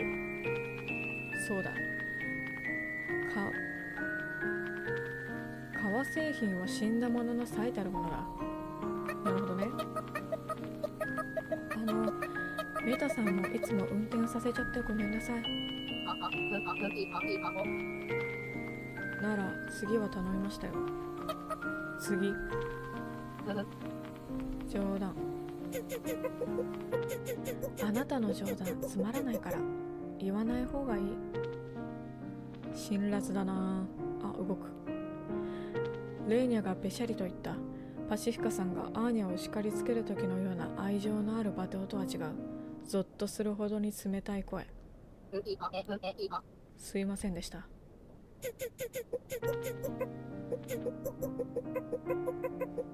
あなたは何がしたいの？私が楽しい時間を過ごすのを邪魔したい？お話に混ざりたいのかしら？そんなことは。そうよね。分かりきったことだった。申し訳ありません。怖いな。二度とするんじゃない。レーニャが私に向き直って困っちゃうよねと言った。その声はまるっきり温かくて私は混乱する。関係性がまだわからないな。不気味だとすら思う。レーナとメトさん、二人はどんな関係なんだろう。わからない。まるっきりご主人様と召使いのような現代的ではない関係だ。それをつなぎ止めているものが見えない。そんなことを言ってしまえば私とヨルさんだってそうなのかもしれないけれど、少なくとも私は年齢の近い友人としての関係を持っている。じゃあ二人は友達だったりするんだろうか。そんな風にはどうにも見えないのだ。あ、サムネだ。疲れちゃったわ、さよこ。とても頑張ったの。何を？隣に座る私の膝に倒れ込んでくるレイニャ。まじまじと見つめる私の視線にウインクで答えてからえへへとはにかんでみせ、背筋がぞくりとした。レイニャの見せるギャップにだ。不気味で恐ろしくて底抜けに魅力的だった。目の前がチカチカして頭がクラクラした。前にもこんなことあった気がするな。まあこういう時に思い出せた試しはないんだけど。理不尽を言われるのは結構慣れとうと思ったんだけどね。今日は怒鳴っちゃった。何かあったんだね。怒鳴ったレイには怖いだろうな。この先も見ることがないといいなと心から思った。お仕事かな。今日はその帰りとてもイライラしてたのだけど、さよこに会ったら吹っ飛んじゃうかなって思った。私そんな大したものじゃないよ。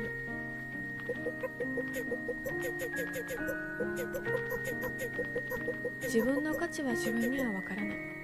誰かにつけられた値段で取引されるしかない。レーニャの指がコートのボタンを外すのが分かった。下に着ているセーターの袖を探り当てると、それから冷えた手が肌着の上に滑り込んできた。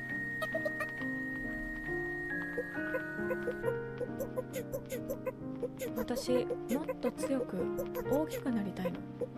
今までいろんなことを我慢してきたの。自由になりたくて頑張ってきた。とっても頑張ったのよ。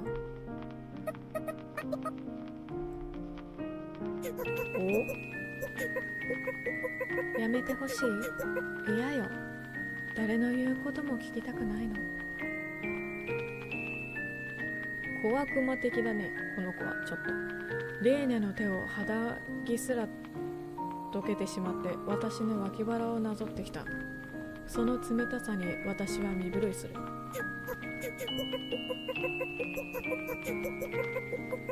だって私の言うことを聞いてくれない人の言うことなんて聞いてあげたくないでしょう。レーニャの指が私の脇腹を思い切りつねった。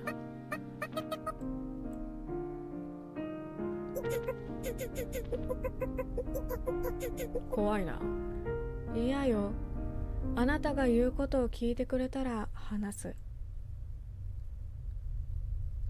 レーニャの目が私の瞳を覗き込め、私の思考の奥底まで見通さんとするような強い眼光。その向こう側には憎しみが燃えている。そんな気がした。どうしたらいいの？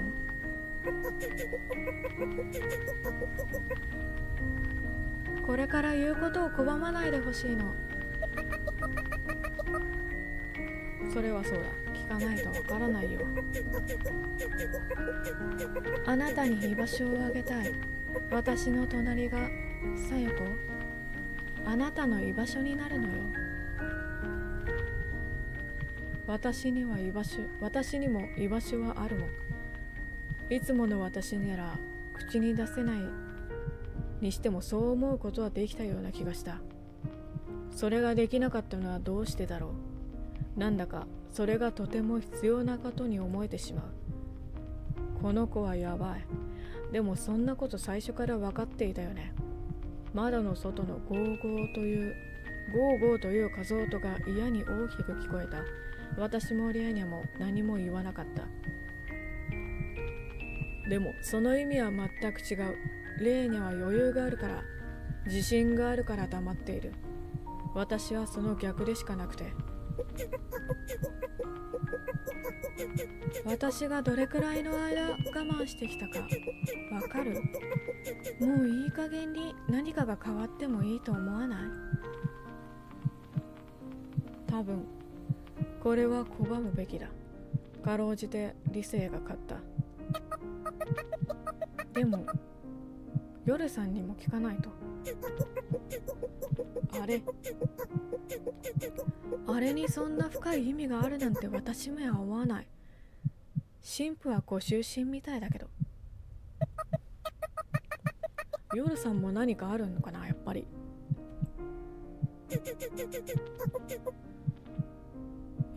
話がわからないね。あなたは分かってるはず。わからない。私の脇腹をつねる力がまた少し強くなる。私は顔をしかめて、ただその痛みに耐えることしかできない。あなたまで私をないがしろにするっていうの？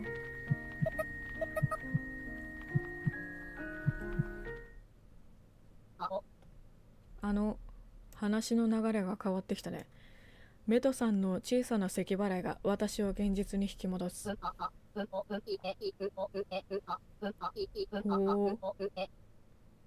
誰かが窓を叩いているようですが、私たちに用があるようで。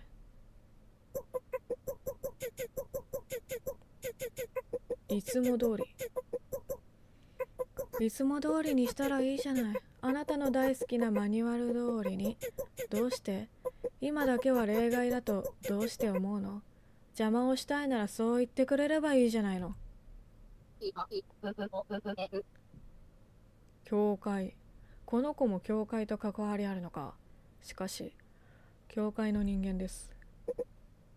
教会？レーニャはハッとして顔を上げる。ちょうど私の真後ろ、後部座席の窓の向こうにその教会の人間はいるようだ。嫌な予感がした。ちょっと首の可動域を無理してひねった。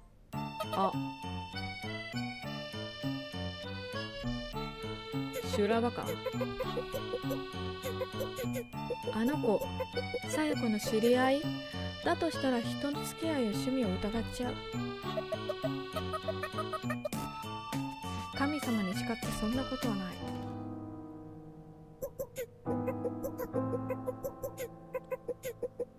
いいわ、車を出して。もういいわ、この話は。車が音もなく走り出す。誰も喋らない。私はこのままどこに行くんだろうと思った。タイヤが雪をかき分ける音だけが世界のすべてで、私はただ座って固まっているだけで、そんな私に何事かの決定権は何一つないように思えた。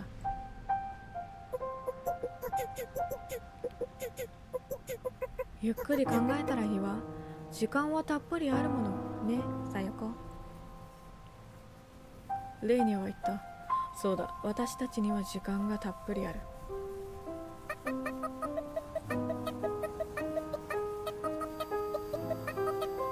あなたのお菓子屋さんで働く気はないかってことでいいんだよね。レイニャには賞賛があるようだ。そのうちに私が折れるという確信が。そうだよ、さよこ。一緒に働こう。なるほどね。レイニャの完璧な笑顔は私をまじまじと見つめた。車が止まる。窓の外は見慣れた風景だった。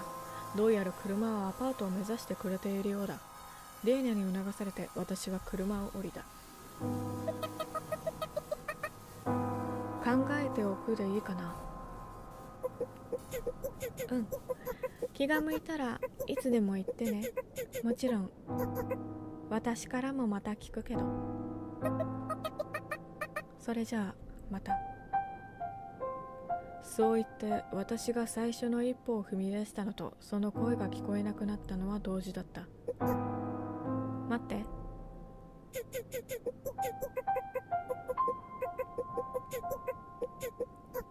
お、知りたいな、それは。あなたが知りたいことを、その8割くらいを私は知っている。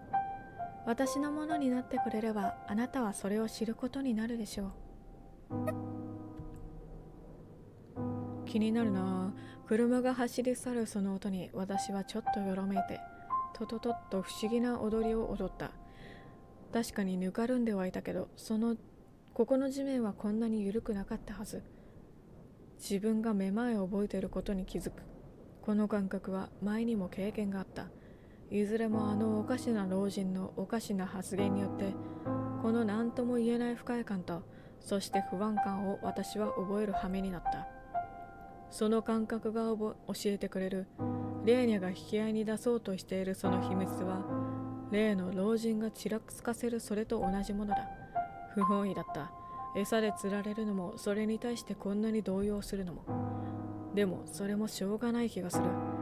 今までは気の触れた老人のざれ言ということで私自身を納得させることもできた。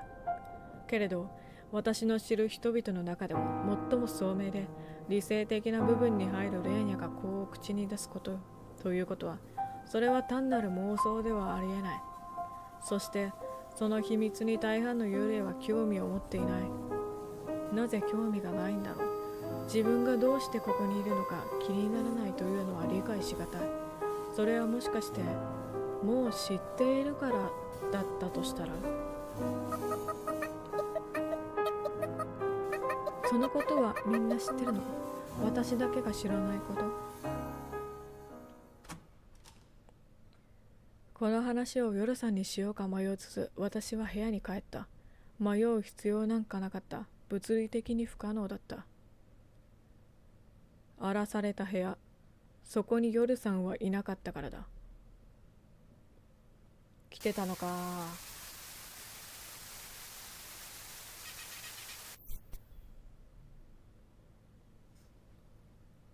あ、パシフィカさんに変わってるね、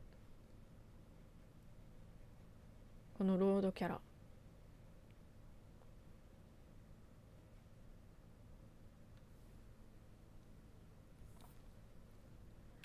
視界がぐるぐるした。熱く荒くなりすぎた呼吸が苦しくて、体にまとわりつくセーターを脱ぎ捨てた。頭をかきむしる。ブチブチと毛が抜ける感触。それは私を冷静にさせなかった。わあ、取り乱してるね。声にならない叫びを上げながら、私はこれが現実でなくてちょっとした悪夢であることを祈りながら、夜さんがその辺に隠れてやしないか、荒れた部屋をさらにひっくり返した。そりゃ結局ドアだって取り替えなかったけど、変えてないんだ。そりゃ確かにこんな状況で私が一人で長いこと家を開けるのはどうかって話はあるけれど、でもあれから私たちは何もしてない。パシフィカさんもアーニャも失った。だから事態はこれ以上アーニャもいないのか。これ以上奪われる言われはないよねって思ってた。パシフィカさんもアーニャも戻らなかった。家にもいないの？夜さんも戻らない。そうしたら私はどうなってしまう？床に横倒しになったキャビネット。そう、これも夜さんがもらってきたものだ。腐ったれ。絵の引き出しの一つを引っ込んでた。中身が床にバラバラに散らばった。前にレーニャからもらったお菓子の包みだった。彼女の作るお菓子はパテル氏のカフェで出てくるような素朴な白物とは違って、いかにも女の子の憧れという風情の可愛らしいもの揃いだった。私は手短な、包装紙を破ると中身を口に放り込んだ。どうやらそれはマカロンだ。疲れた時には甘いものの。レーニャ言葉が脳裏をよぎる。レーニャの作るお菓子はちょっと特別で、食べると本当に幸せな気分になって体がポカポカしてリラックスできる。多分ちょっとお酒が入ってるのだと思う。そしてそれは今の私に必要なものだった。その次にクリームをカステラみたいな生地で包んだお菓子。シュークリームかな。その次は間違いようがないチョコレート。そんな風に私はひたすらにお菓子を食い荒らす。この悲しみを、絶望を塗りつぶしてしまいてほしかった。キャラメリゼされたアーモンドの皮が喉に詰まって、私は飲み水を求めて立ち上がろうとした。そしてできなかっ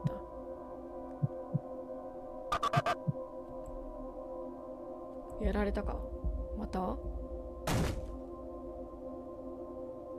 体に力が入らず、私は床に倒れ込んだ。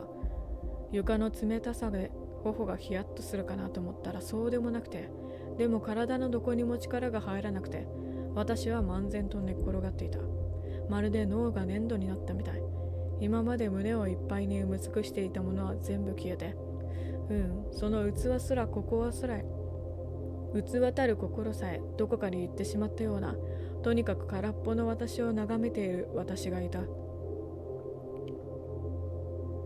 それはとても心地の良いもので、いいな、いいな。リラックスっていいものだな。すごくいい。考えがまともにならない。まとまらないんじゃなくて、考えなくていいのって楽ちん。本当にすごい。私はケラケラ笑った。口を閉じていたけどケラケラ笑った。楽しくてベソを書いて楽ちんで悲しかった。でもそれがなんだかおかしくて楽しい、悲しい。お菓子ってすごいな。幸せなものなんだな。みんな幸せになったらいいのに。ずっと幸せならいいのに。こんな風に全て諦めてしまえたらな。でも幽霊が何にこだわってどんな意味があるって言うんだろうね。やられたか？おかしいや。そして全部がぼやけて消えた。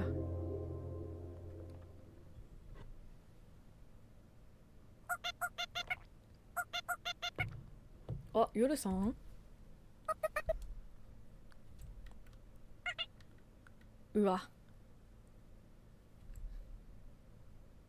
スイッチが入ったようにバッと飛び起き、私の前にいたのはクラーラ。なんだあんたか。抽選会で外れ中の外れを引いた気分。もう一回また眠ってしまうことさえ検討した。帰ってよ。けれど私のいろいろごまかしていたお菓子の魔力は消えてしまっていたみたいで、意識が鮮明になるにつれて私を突き動かす狂気じみた焦燥感がよみがえってきた。手のひらはあっという間にびしょ濡れだ。間違えた。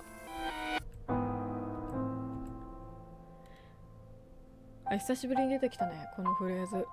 1秒間に9999回は自分を責めた。お前はどうするのかと尋ねた。そして自分で、私はそんなこともわからないバカ野郎ですと9999回泣きわめく。そんな私にクラーラは少し困ったよね。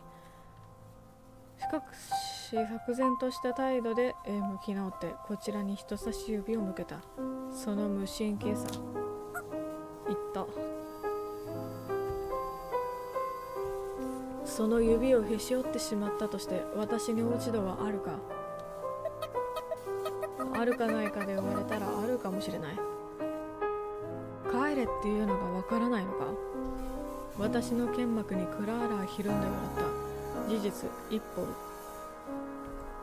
後ずさっていた。けれどそこで踏みとどまって呪わしいことにその瞳は使命感に輝いていた。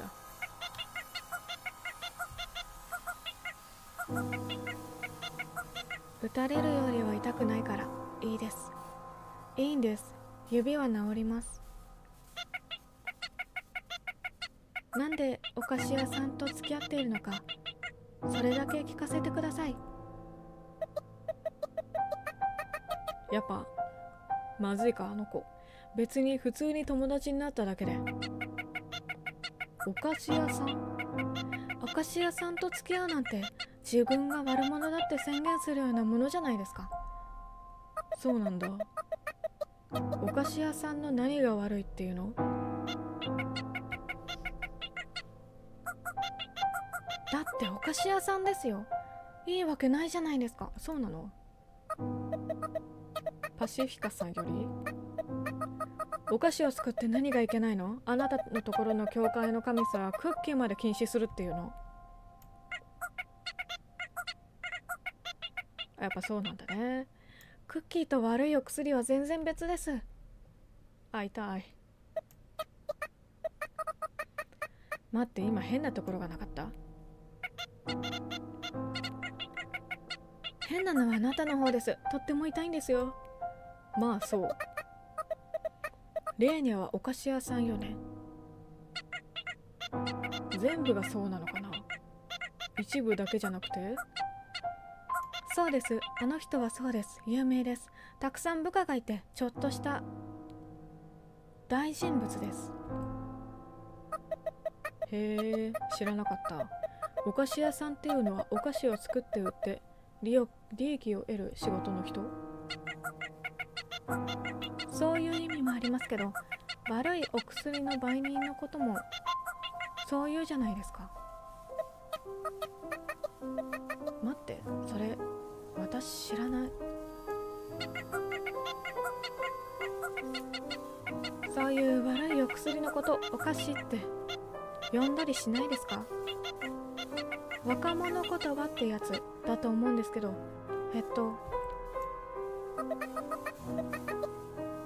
その言葉は知らない。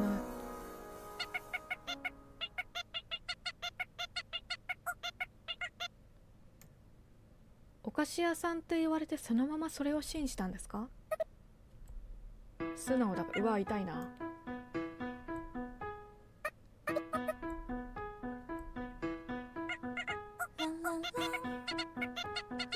そう、僕素直だからね。忍者さんもそんなところあるんですね。子供みたい。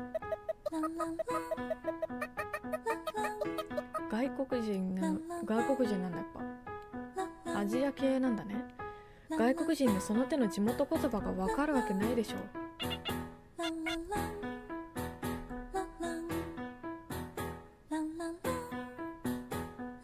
クラークの指はそろそろ腫れ上がって変な色に変色していたけど、クラーラね。クラーラはまだ笑い続けていた。おかげで私は思考する時間を取ることができた。レーニャはこの町のお菓子屋さんの元締めだったりするの？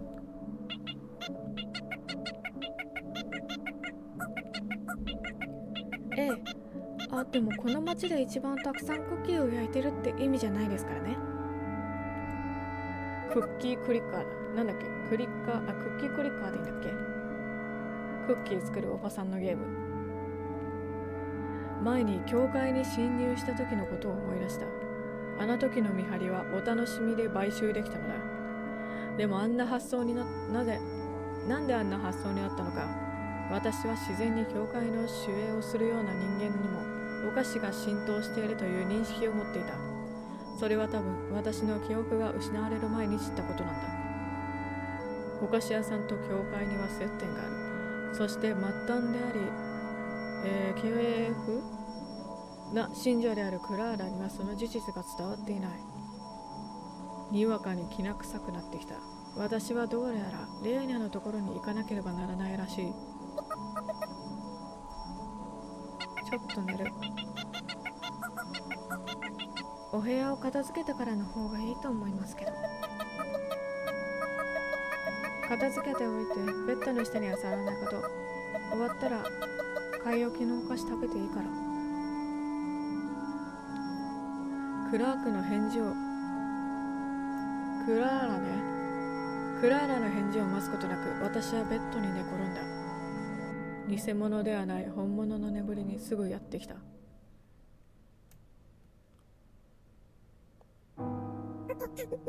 あ、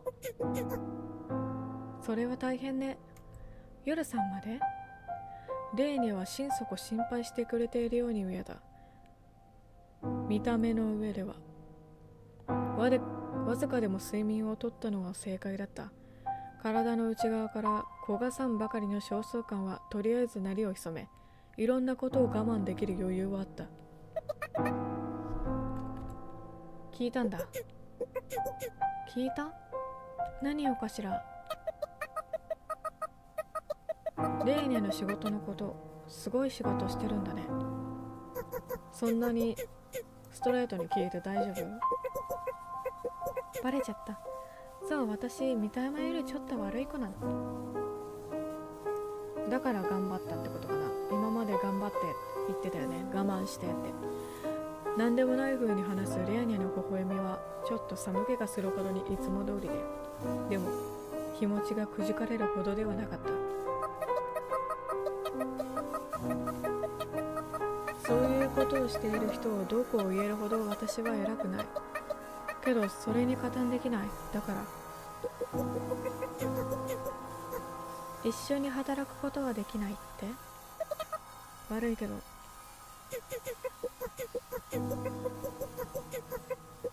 あなたの前では見せないようにしてきたけど、私部下もたくさんいるの。あなたのルームメイトのことも探すお手伝いができると思う。力にならせてはくれないの？夜さんは自分で探す。それは私が悪い子だから？関係がないとは言わないけど、幽霊には2種類いるわ。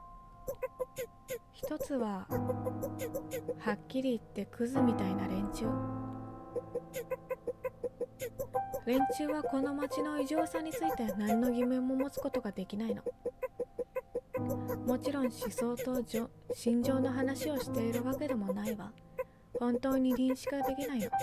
説明してもそれはただの文章でしかなくて実感を伴わない。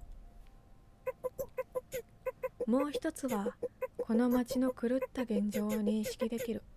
この町が何なのか知っている。ずっと幽霊はその2種類しかいないはずだった。でもさよこは特別。この町の異常を認識しているくせに何にも知らない。その代わりにあなたは途方もない力を持っているのよ。とても不完全。でもそれが魅力的。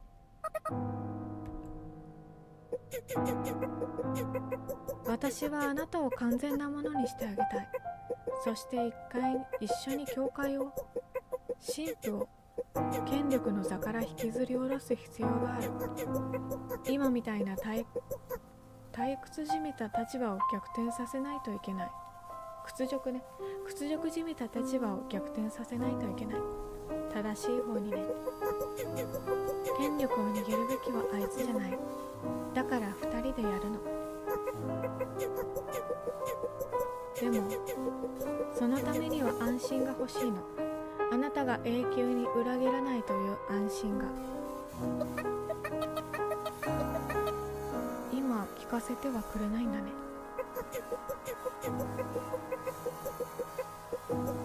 それは知りたくないというのと同じ意味よ。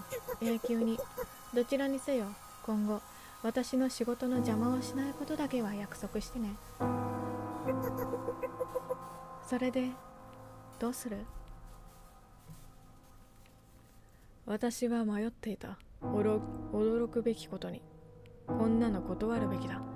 でも知らなくてもいいの一言が出てこない。私はいつも蚊帳の外だった。神父がなぜ夜さんを手元にとどめ置こうとしたのか、そしてパシフィカさんやアーニャがどうしていなくなってしまったか。それは何にも知らないせいだった。その最たるものがお菓子屋さんの件。しかるべき知識を得ることさえできれば、自分でいろんなことに気づくことができる。そんな欲望が私の判断を鈍らせていた。油汁をかいている自分に気がついた。それからみっともなく目を泳がせている自分にも何か救いになるものを探していたのだと思う。ふと目をやった。それはある意味私が探していたものだとも言えた。口紅？それは全くの偶然だった。部屋の隅に置かれたレーニャのドレッサー。そこに置かれている口紅に見覚えがあった。パシフィカさんがアーニャに発注したスパイ映画に出てくるみたいな超小型の拳銃。めちゃくちゃかっこいいパシフィカさんにお似合いのめちゃくちゃかっこいい武器。そういえば夜さんもあの時は大層喜んでいたな。確かこれは量産体制に入りつつあったはずで、それを所有しているレーニャは一体何者であるか。私の部屋に侵入してきた資格が持っていた自由もパシフィカさんが持っているもとと同じだったな。それ以上考えたくなかったけど、思考の冷静な部分が勝手に情報と情報をつなげて不穏なシルエットを浮かび上がらせる。あら、どうしたの？そこの口紅。メイクに興味があるの？でも今するべき話じゃないよ、さやこ。もっと興味を持つべきことは他にあるでしょう。レーニャは呆れた様子で言った。私はこのタイミングでなぜこんなことを言い出すのか、心底理解も共感もできないというふうにしらばっくれているのだ。それは自然な演技に見えた。もし私が一睡もせずここを訪ねていたら、確信が持てずに何も切り出せずにいたかもしれない。そうだ、その演技はあまりに自然だった。手に取ってみても？どうぞ。私はゆっくりと大きな動きで口紅を手に取った。未使用品だ。封が切られていない。そうか、あの時のあれは試作品だったんだっけ。これは正式に生産が開始した初期ロット品だったりするんだろうか。この口紅使ってみても？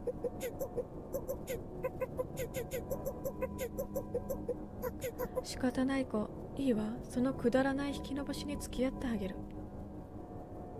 私は静かに驚いた。レーニャはこれが何であるか分かっていない。もし分かっていればこんな間抜けな真似はしない。白を切るにしても私にこれを手を取らせるのはどう考えてもレーニャに対して有利な動きではない。私がこれをおもむれに打ったとして当たらない自信がある。当たっても大丈夫な自信がある。いや、もしかすると私が大間抜けで本当にこれはただの口紅だとか。その時、甘いお菓子よりも甘々な希望的観測が脳裏によぎった。あまりにもバカバカしくて、ふっと私は笑みを漏らした。レーニャが不機嫌そうにふんと鼻を鳴らした。そして私はそれにかけてみることにした。ちょっと分かったかもしれない。根本的に推理が間違っていた。これはパシフィカさんの内通の証拠ではない。言うなれば内通がなかった証拠なんだ。パシフィカさんはこの口紅を奪われた、あるいは盗まれた。どこかで彼女が捕まっていたとしたら、化粧ポーチ一つ残らず取り上げたとしても何の不思議でもない。その口紅がそんなに気になる？部下の一人からもらったの。ちょっとしたプレゼントのつもりだったのかしら。私、いいボスなの。私はレーニャの瞳を見据えた。どうにも理解が及ばないという様子で、自分の洞察に少し自信がなくなりつつあるのが伝わってくる。なぜこいつはただの口紅にこんなにこだわるんだ。何か見落としてることがあるのかなんてね。そんなありふれた口紅に興味があるの？今や目の前にいるのはミステリアスで儚げな美少女ではなく、立ち上がることのできないただの一つの幽霊でしかないように思えた。口紅の封を解いた。なるほど、そこの部分がこうやって動いて。レーニャ、あなたは友達の作り方を間違っている。思ったよりも強い反動。そして右腕を狙ったはずが、着弾したのは左足。精度は良くない。まあ銃としての出来に期待するようなものじゃないんだろうけど。私の友達を片っ端から消さなくても、友達になりたいならそう言えばいい。それでも今の私には十分すぎた。みんなを返せ。嫌よ。そして視界がぐわんと揺れた。後ろから殴られて軽い脳震盪を起こしていたのはほんの数秒未満だったはずなんだけど、それで十分だったみたい。目とか首筋に感じた強烈な違和感、それから一瞬遅れて痛みがやってくる。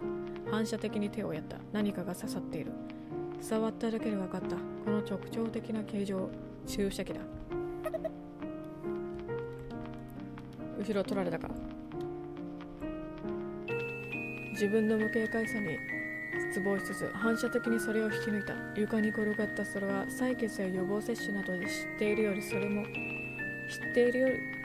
それよりも一回りも二回りも大きくて背筋がぞくりとする。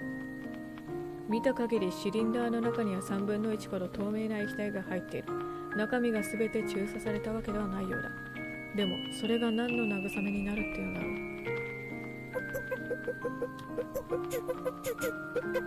うちの主力商品、甘い味がするから女の子にも人気。食べ物飲み物にもこっそり混ぜられるから男の子にも人気。眼球の裏側あたりから腰骨までガクンと衝撃が来た。違う、力が抜けただけだ。大戦末期、また来たね。大戦の末期は本当に悲惨だったって言うよね。どんなに踏ん張っても視界がゆるゆると下がっていく。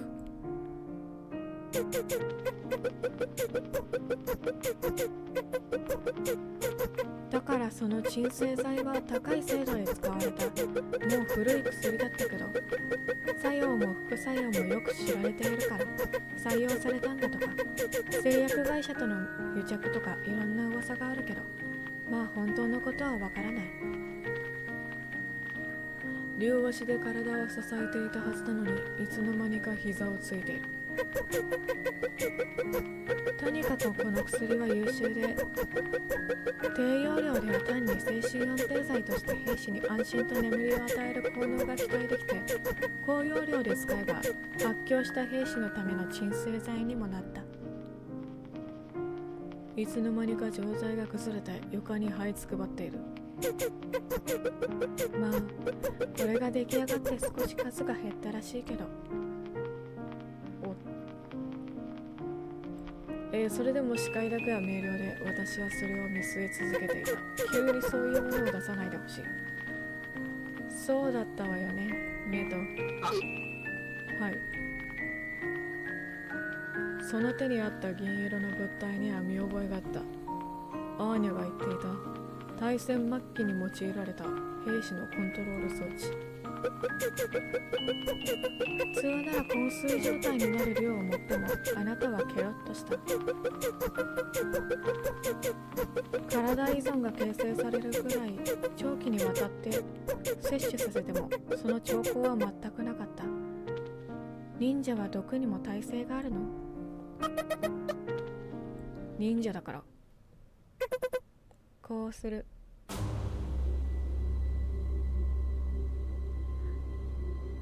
メトさんが私の手首に付け根よりちょっと上の一部これ大丈夫かな？にメスを走らせた。これは僕のチャンネル消えない？痛いとかそういうことよりもまず怖いなと思った時にはもう血が溢れていて、メトさんの手際があまりにも良くて、多分これぐらいなら大丈夫だよね。きっとこういうことが何度もあったんだ。私は腕を押さえつけるメトさんを振りほどこうと腕に力を込めた。そんなことをするべきではなかった。それを合図に血がわっと溢れ出す。恐怖と絶望と無力感に私の体から力が抜ける。ほとばしった血が手首を流れ落ちる時の生ぬるいぬくもりもどこか他人事のように感じられて、傷口に銀色のダンゴムシがポトリと落ちる。小さな可動音を立てて起動したダンゴムシが傷口に潜り込もうと傷口をまさぐる。チリチリとした痛み。夢なら覚めてほしかった。でもこの悪夢のような様から私は目が離せなかった。脊髄に到達するまでは少し時間があるから、それまで楽しくお話でもしましょう。なるほど、そうなったらアウトというわけか。それまで私の反応でも見て楽しむつもりなんだろう。レイネのサディスティックな視線がねちっこく私に注がれているのがわかる。薬が効かなかったならこれも効かないかも。そう言ったと思う。口がちゃんと回っていたかははっきりしない。世界のすべてが曇りガラスの向こうにあった。でも幸いにしてガラスの向こう側まで思考がメリを取った。レイネの話によると、私の体は少しばかり薬の抜けが早いようだ。少しの時間さえ稼げば少しの体の自由も取り戻せるかもしれない。だがその少しの時間が問題だった。手首から侵入したダンゴムシの動きは速くない。でも私の腕はそんなに長くないのだ。どうかしら、試してみる価値は。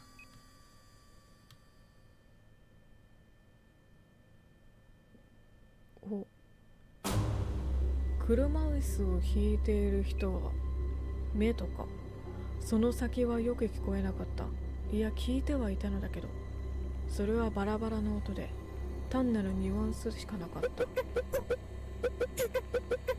友達の作り方、余計なお世話よ。友達がいる子を友達にするなんて、そんな最初からナンバー2に甘んじるなんて絶対に嫌。こっちが下じゃないの。耳元で何かワンワンと鳴っていた。まるで大きな音を聞いた後みたいに、何かの爆発を近くで聞いたみたいに。すりガラスの向こうで何かがうごめいた。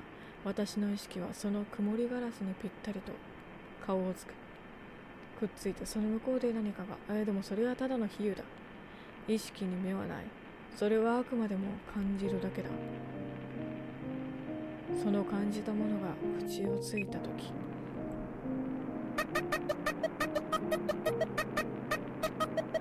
あなたには確かにそういう噂があった。でも実際のあなたは男の子が好きだった。13歳の冬、あなたのパパと親しげに話していた。母親の薬を取りに来ていた。あなたはただ見ているだけだった。何のつもり？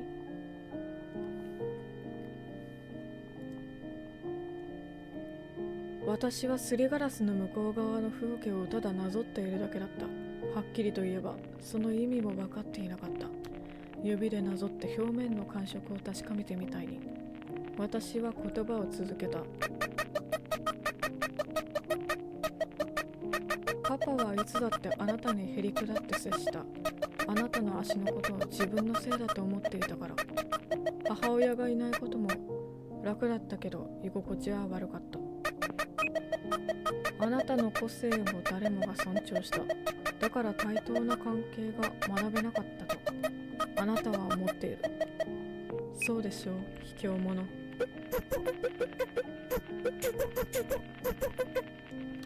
持っている武器を使って何がいけないっていうの？自分が自分でない。私はこんなことを言わない。心優しい、ちょっと二目、分厚い眼鏡をかけた年上のあなたの最初の獲物だった。自分の見てくれがいいことをあなたは知っていた。でもよく知らない異性にそれを振りかざすのが怖くて、そしてあなたはそういうキャラクターに徹することにした。扮することにした。こんな誰かの弱いところを晒して痛めつけて元に戻らなくすることなんて。違う、私はそんなに弱くない。あなたは弱い。私の何がわかるっていうの？あなたも私もあなただもん。レーニャが罵倒の声を上げるのが聞こえた。その時私は笑っていたのだと思う。楽しくなんてなかったのにね。もうやめたかった。でも薄ぼんやりとした影から目を離せない。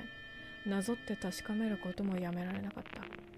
それは残酷な景色で、私は宣教して、だから目を離せなくて。ガレージの床、手に刺さったガラス片、立ち上がることができないことへのやるせなさ。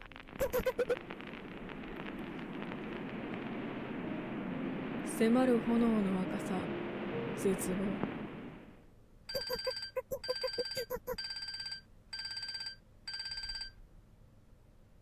その声と同時に短く高い電子音、携帯電話の着信音が響いて、私は我に返る。何を見たのか覚えていようとしたけれど、それは手洗い用のアルコールみたいにひんやりとした感覚だけを残して蒸発していく。私よ。何ですって？電話だ。レーニャが激しくメールをしていた。狼狽かな。それがわかるということは、少しは私も回復していたということか。私はへへっと笑ってみせた。少しは口が回る。わずかだが回復の兆しがあった。注射器で直接鎮痛剤を打たれてもこの程度で済んでいることがおかしくて笑ってしまいそうだった。自分のことながら人間離れしているなと思う。いや、幽霊離れか。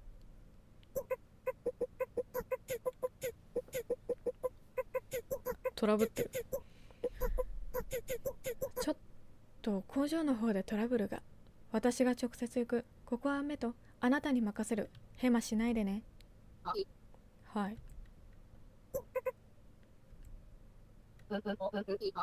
視力を尽くします。こんなことなら脊髄の近くから潜入させるんだった。そうしたら私のお友達になったさよ子と二人で仕事に行けたのにね。メト。明日からはそうなることでしょう。レーニャは短く笑った。いくらか立ち直ったのか、それとも虚勢なんだろうか。どっちにしてもさすがだなと思わせる。たまには言えっかと言うじゃない。これで済んだら二人で迎えに来て。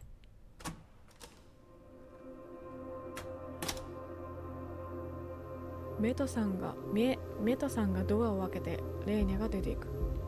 メトさんは私の背を向けている。1秒でも早くこいつから逃げ切って何らかの手段でこの虫を取り出さなければいけない。時間はどれぐらい残っている？そんなに多くないことだけは事実だ。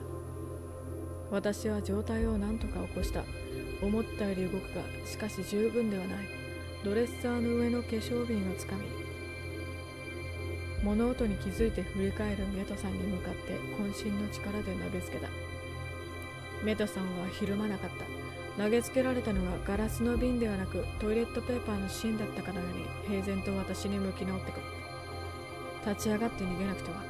その時になって足首から先の感覚がないことに気づく。正座を何時間も続けた後のそれをもっとひどくしたみたいに両足で体を支えることすら難しかった。あの子のことを思うならそんなこと続けるべきじゃない。他にやりようがあるとでも。立つことすらできないできないまま私にメドさんがタックルを仕掛けてくる。圧倒的な体格差のある相手から繰り出されるそれに私は抗うことができない。頑張って立ち上がったというのに私の体はまたしても床の上に戻ってしまう。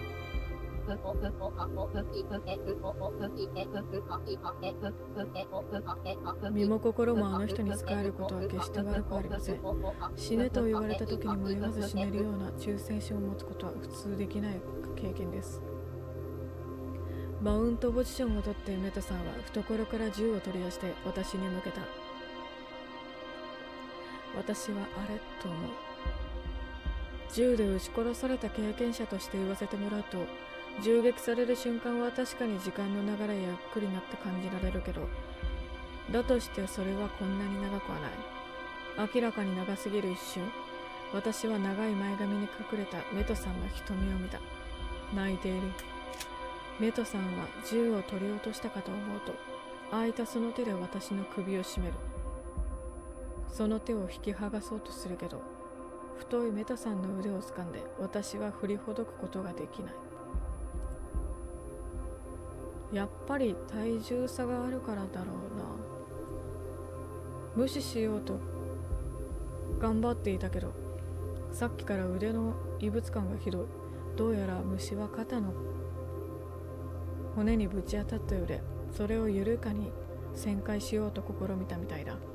意識した途端に気が狂いそうになるので、何としても意識しないように努めないといけないな。そんな風に考えている余裕がある自分に気づく。本気で首を絞められていたらきっとこんな風には考えられない。メトさんの手つきにはどこか迷いがあるような気がした。とはいえやっぱ首を絞められているのに違いない。視界は順調にブラックアウトしつつ、このまま気を失えば多分目覚めた時には新しい私がそこにいることだろう。そうだ、銃だ。メトさんが取り落とした銃。メトさんの腕から手を離して、多分私の脇腹あたりに落ちある銃を探った。もちろんそれは気づいていて、メトさんは私の首を絞めていた両手のうち片手を離して銃を遠ざけようとする。呼吸は楽になったが状況は変わらない。もし手の届かないところでも投げ捨てられたら一巻の終わりだ。メトさんもきっと虫の入れられているであろう唇からするにそれは確かだ。そうだ、アーニャがいつか言ってたっけ。首を絞める力が弱まった一瞬、私は息を吸い込んだ。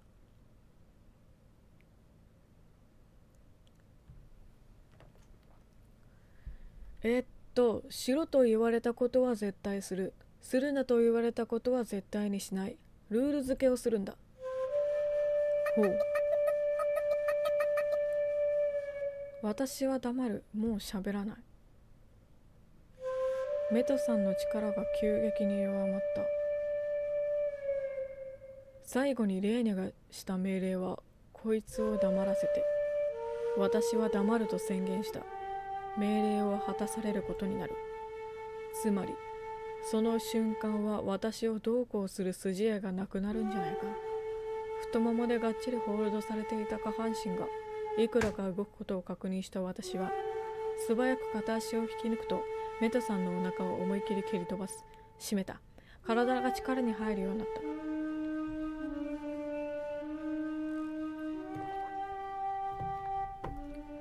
体を浮かせて吹き飛ぶメトさんの手には銃が握られている。その銃口はこちらに向いていた。ロボットと違って目的を理解しているから部分的な命令違反をしてトータルで命令を守る的なこともできる。アーニャが言っていた。生身の脳が実現する柔軟な判断力。常識的に考えてレーネが実際に望んでいるのは私が黙ることではなく、私を殺さない程度に無力化しておくことだ。死んでしまえば体はゴミ捨て場に帰ることになるし、その時体内の虫がどうなるかわからない。でも今、銃口は私の方を向いている。相手が死亡しうる攻撃ででも仕方がないということだろう。風よりも早く動けた自信があった。私は自動拳銃の丸っこい銃口をつかむ。メトさんが反射的に引き金を引く様子さえはっきり見えた。もう間に合わない。私は向けられた銃口を自分の肩口に強く押し付けた。火花が目の裏、後頭部、そして肩口で炸裂した。いや、もう私が火花になってしまいたかった。舌の上に広がったこの味が衝撃の味に違いなかった。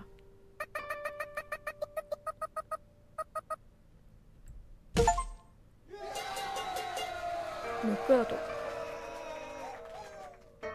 ていう実績を手に入れました。叫び声で痛みをごまかしていて、全く無事な左の拳をメタさんの顎に叩き込んだ。感触はバッチリ。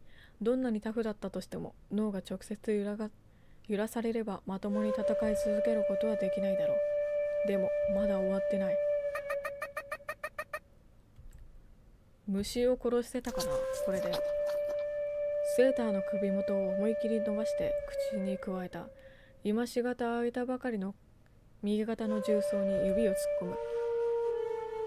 うわ、痛そう。それだけで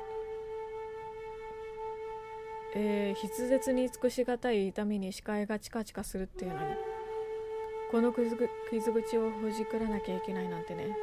とてもじゃないけど人に聞かせられないようなうなり声が漏れる。今回は結構痛めだね。指先が硬いものに触れた。骨じゃない、金属だ。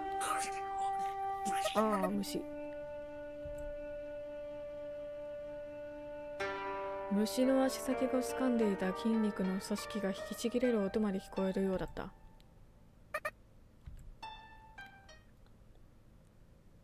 ともあれ、全部終わってくれた。左手の上には銀色の塊があった。空気中に放り出されたことを検知したらしい。それは今は仕事の時間ではないとばかりに動きを止めた。私は笑い声を上げた。目から涙がこぼれた。そのどちらもしている場合じゃないなと私は気を引き締めた。眼下にあるメトさんが伸びていた。足元に投げ出されていた銃を拾い上げる。メトさんは無力化しなければならない。具体的には両足でも撃っておこうか。いや違う。この人を虫から解放してあげないと。具体的には頭に銃弾ぶち込んであげれば本当の彼女がゴミ捨て場で目を覚ますことになるだろう。一回死ねば OK なのかな。虫入ってても銃口をメトさんの顔に向けた。さすがに両親がいたんで私は少し躊躇した。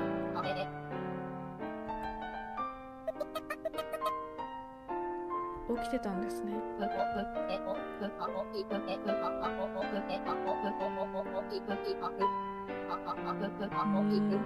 私を撃っても私はゴミ捨て場からその足であの人のところに行きます。だから無駄だという話です。メトさんは涼しい顔で言ってのける。その口調からは攻撃的な感情は一切垣間見えなくて、むしろどこか安心しているような気配さえある。レーニャはあんまりあなたのことを大事にし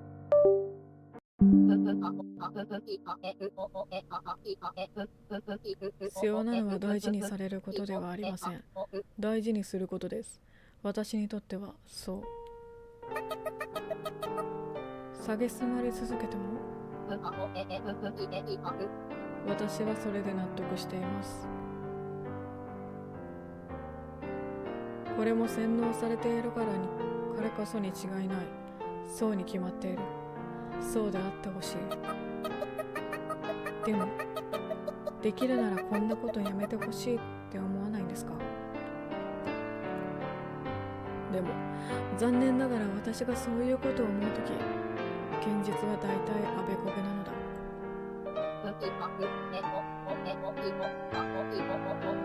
思います。でもそれよりもあの人のそばにいたい。あの人のお世話をしていることが私の幸せなんです。私はそう確信しています。今回も多分そうに違いなかった。どうしてそんな風に思えるんですか？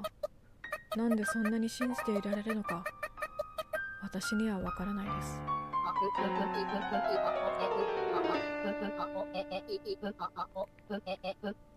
ある瞬間になんだろう、自分はこれでいいんだなとあえて言語化するなら、そう、まず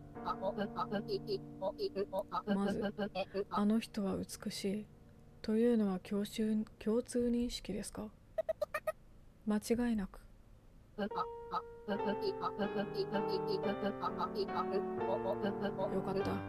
私たちには無限に近しい時間があります。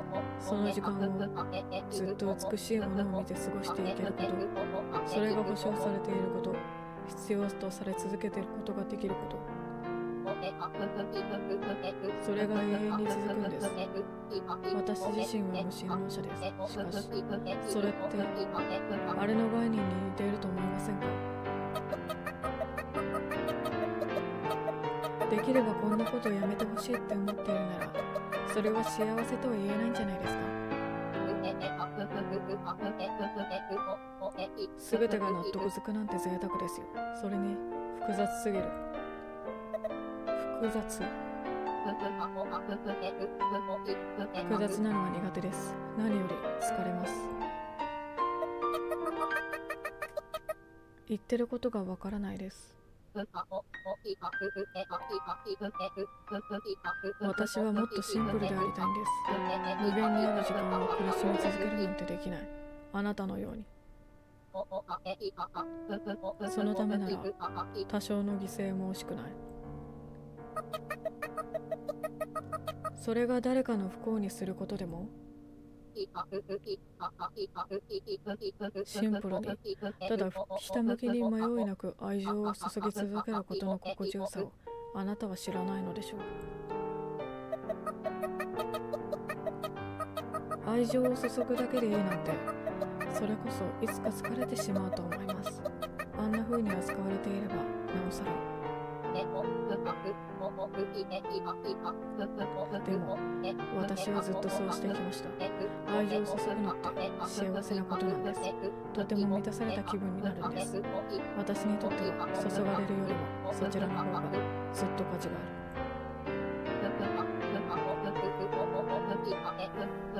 彼女は誰かを愛することを知りません。愛されることしかない。あんなに美しいのに、完璧なのに。どこまでも貪欲に、どんな手段を使ってでも愛されたい。そのためだけに生きている。そんなどうしようもない彼女が愛おしい。自分が気持ち悪いと思う。なんて歪んだ汚らわしい考えなんだって分かってる。でも少しでも長く続いてほしいって願ってしまう。でも羨ましいかもしれない。自分がそのものをかけられるような愛おしい誰かがいるということ。それはきっと終着駅みたいなものだ。長い旅の終わり、幸せなおしまい。そう考えるとちょっとね、こうなってよかった。宮田さんが一つ息をついた。あなたが邪魔、いいえ、怖かったのです。彼女は自身の右腕を私からあなたに置き換えようとしていた。そうなったら、もう彼女のそばにいることを許されなくなる。他の皆さんみたいに工場の見張りをして時間を過ごすなんて、それこそ逆の方があれみたいで。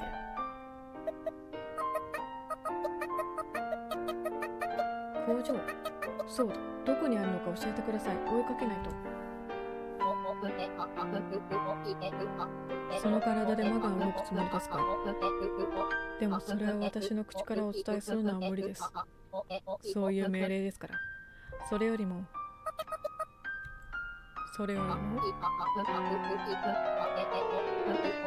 さっきはあんな風に言ったけれど、殺すのはやめてください。あの人からもらったものをなくしたくない。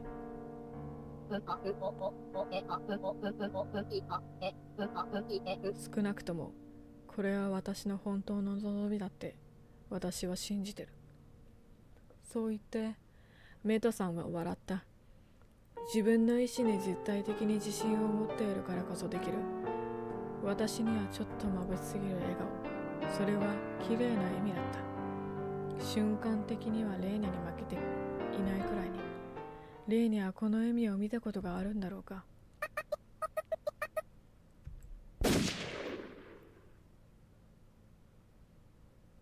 メトさんの右足に一発撃った。これでまかり間違っても私を追いかけることはできないだろう。左手を打ったから思いのほか反動が大きく感じられて、私はその場でたたらを踏んだ。片腕でどうやってやるつもりなんだろうと思いながら、私はレーニャを追いかけるため豪華絢爛な一室を飛び出たね。まったくとんだ近所トラブルだ。戻ってきた？階段を降りながらポケットの中で虫の感触を確かめた。私にとっては憎きやつだが、メトさんにとってはこれがリエリャとの絆そのものでもあるんだと思った。私もすっかり洗脳されたふりして近づくのはどうだろう。確かおやきがあるって言ってたから、呼気がどれだけ動いてるとかが分かるようになっていてもおかしくはない。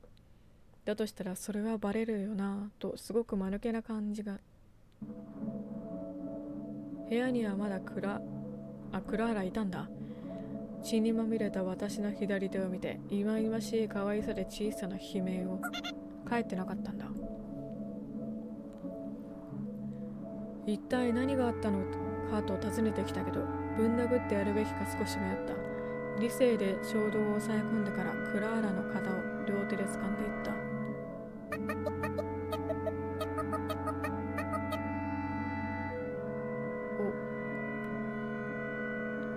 また垂らし込もうとしてる。私たちって友達ってことでよかったよね。いいの？私の国は勝ち込みって文化があって、一部の界隈でね。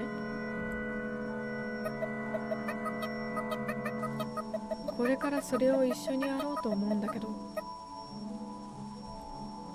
どう？ところでピストルって撃ったことある？あ、撃たれたことがあるっていうのは知ってる。うん。でも協力してほしいって思ってる。お願い。人を傷つけないことなら力になります。ならよかった。ふと今の時間が気になって、私はダクトテープに貼り付けていたカーテンを思い切り剥ぎ取った。私たちが目指した遥か向こうの空はわずかに白み始めるように見えた。生きている時間できっと1時間くらい。私は目星をつける。今や随分と久しぶりに見る窓の外の景色。そこに見慣れないものを見つけて、私は笑い声を上げた。いや、正確に言うと見慣れているものの中に見慣れないものを見つけたから。何がそんなに面白いんですか？不思議そうなクラーラに何でもないよと返してから、いつか夜さんが買ったきり使わなかったロープを私は手に取った。そのロープで私はクラーラの華奢な体を縛り上げて、さすがのクラーラも黙っていられなかったよう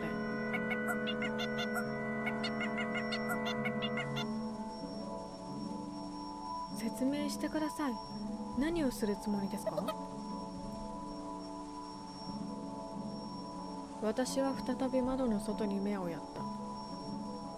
いつかの私たちを再び結びつけた例の電光掲示板。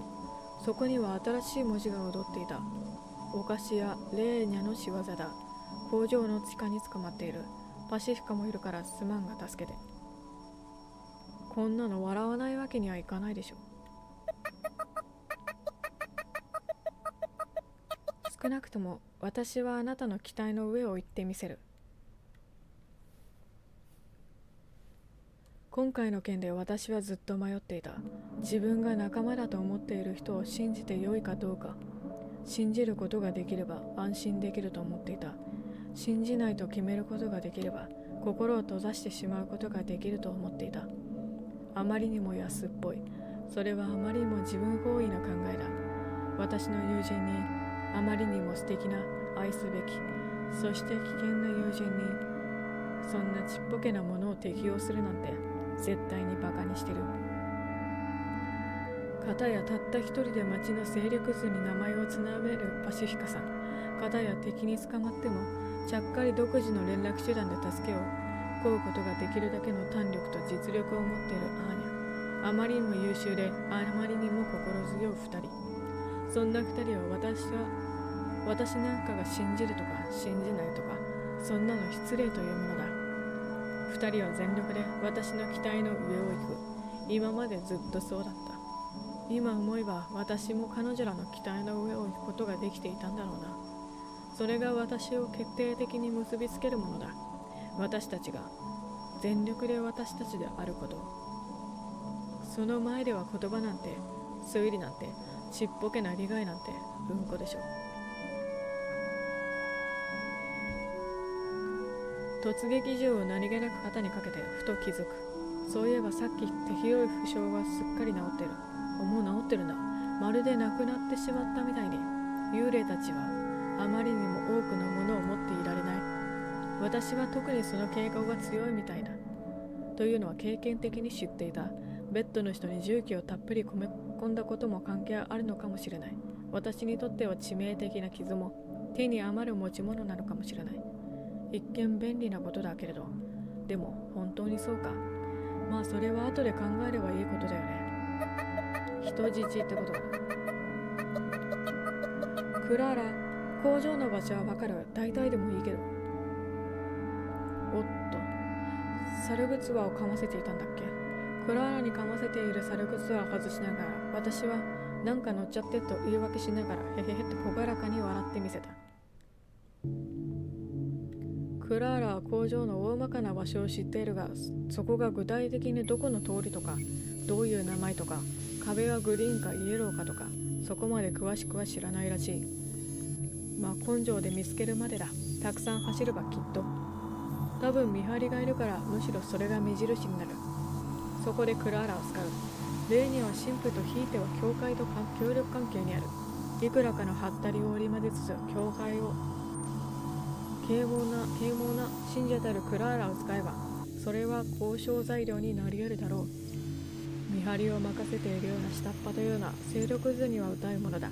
うまくくるめれば、いくらかの時間を稼ぐことくらいはできるはずさ。雑な計画だった。もっと繊細に考えるべきだと理性が言っていた。それを無視しようと試みながら、私がアパートの中庭にやっと横切り終えたその時だった。とっさに目を閉じたけど、もう遅かった。強烈な光が目に焼き付いて、私はしばらくその場から動けなかった。なんだ、私より雑な人がいるみたいじゃないか。私は乾いた笑いを漏らした。もしかして工場ってあっちの方？アーニャかな？はい。そうです。もしかして。ほらね。やっぱり私はみんなの想像の上を行く。それも最高に愉快なやり方で。次第に視界が利くようになってくる。町の中央部を中心に町は巻き上がった粉塵のせいでまるで砂嵐の中にいるみたい。それじゃあ爆心地を見に行こうかと思っていると、砂ぼこりの向こうから車のシルエットが近づいてきた。普通の乗用車より二回りは大きな車体。簡素な外装は業務用のワゴン車かなという感じ。近づいてくるにつれてその細部が明確になってきた。例えば誰かが乗っているとか。フロントガラス越しに運転手の姿を認めた瞬間の反省を説明することは私は持っていない。足深さんはいない。思い切り手を振る私はアーニャを見ているようだったけど、手を振り返してはくれない。助けに行かなかったことを恨んでいるんだ。ワゴン車は私の手前で停止した。あ、いた。後ろにいたのかな。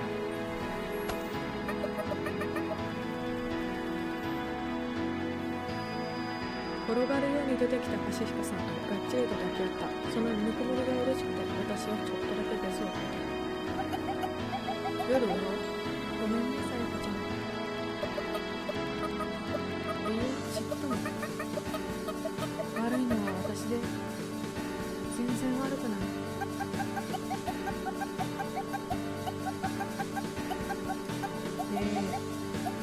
花からレーニャのやつが危ないってことは分かってたの。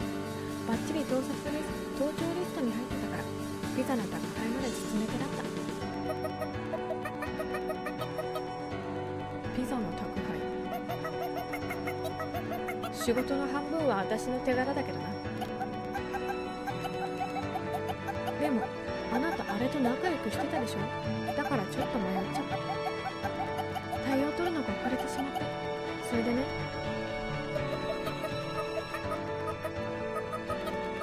いいんです、そんなの。そうそう、ヨロさんはあいつはだな、ジェネレーターを爆発させるってやはりあまだ良かったの。緊急時にセキュリティが全部オフになる仕様の知識なんてどこで知れたのかしら。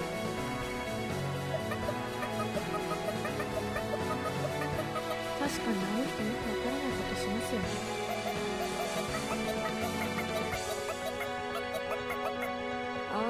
じゃあゴミ捨て場か。今頃靴箱一つも満たないサイズになっているはずだ。間に合わなかったんだ。命が軽いな。身も蓋もない言い方すればね。自分の身を犠牲にして私らを逃がしてくれたってことね。映画の最後の方で見るやつ。さすがは私たち、あっという間に未来になったね。じゃあ後で5階に行かないとですね。ゴミ捨て場にね。私はケラケラと笑った。空気は埃っぽくて呼吸が苦しかったけど、誰か一人忘れてね。でもようやく帰るべきところに帰ってきた感じがした。それがだな、まだ終わってないのよ。一番肝心なところがね。あ、よくわかっているよね。お、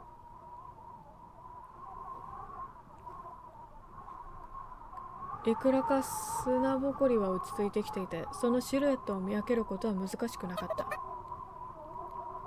レーニャ、私いろいろと失敗しちゃったみたい。レーニャ、今回の事件の始まりは彼女からだった。なるほど。終わらせるためにはもう一度彼女に会う必要があるのだろう。失敗させられたんだよ、多分ね。その二人を殺して私と来て。私に命令できると思ってるんなら、あれはもう取り出したよ。もしそうしたいならちゃんとお願いして。それって断るってこと？あなたと仲良くなれなくてとても残念。あら、そう。車椅子こんな感じになってるんだ。私もとっても残念。レーニャは小さく息を吐き出してから、華奢な拳でその未来じみたデザインの車椅子の肘掛けに内蔵された操作盤のボタンを叩いた。一体何のボタンだろう。当然の疑問だった。少なくともろくなものではないのは確かだ。おお、いっぱい出てきた。車椅子がガタガタと震えたと思うと、単一のパーツにしか見えなかった支柱の一本一本がまるでそこから金属の木を生やしたみたいに展開し始める。かっこいいな。それが全く新しい法則にのっとって櫓のように組み合わさっていって、レーニャの座る座面部分を高く高く持ち上げていく。それが私たちを見下ろすような高さにまで成長するのにさほど時間はかからなかった。100割、いわゆる 1000%。 確信を持って言えた。レーニャが押し倒したのは変形ボタンに違いない。まあそうか。変形な、ロマンあるよな。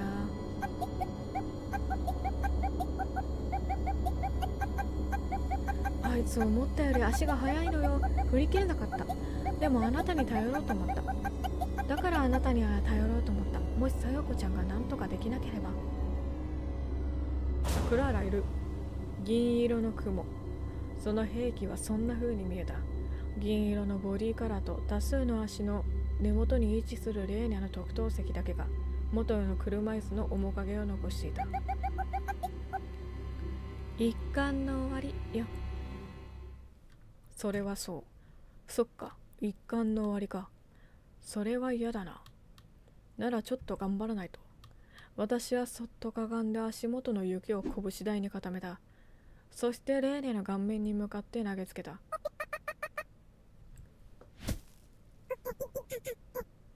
かわいい。私の身長の倍はあるであろう雲の足が持ち上がったなと思って次の瞬間には、おう、4話は結構グロいかもしれないな。大丈夫か。振り下ろされていた。その鋭い先端は私の背後に立っていたクラーラの体を脳天から下腹部にかけてまっすぐ貫いていた。モズの早に、現代風に解釈して再構築して しましたみたいな修学のオブジェがそこにあった。冷たい銀色のコントラストと鮮血の赤いコントラストを前に意識と体が一瞬硬直して、車にクラーラ、また死んじゃったな。首根っこにつかまれてワゴン車に引きずり込まれる。急発進の衝撃で下を軽く噛んでしまった。けれどそんなことを気にしている場合ではどうやらなさそうだった。まあこういうわけだ。なんとかできる見込みは。難しいな。ごめん、ちょっとすぐには思いつかない。どっちにしろやることは変わらないわ。かっこいい動くよ。アニメーションがいいな。後ろキモいけど。パシフィカさんが後部ドアを開け放つ。後部座席から取り出した蛍光用無通銃。逃亡式物騒な代物をバランマークみたいに雲に浴びせた。そんなに狙いは悪くなかったと思う。でもそれは徒労に終わる。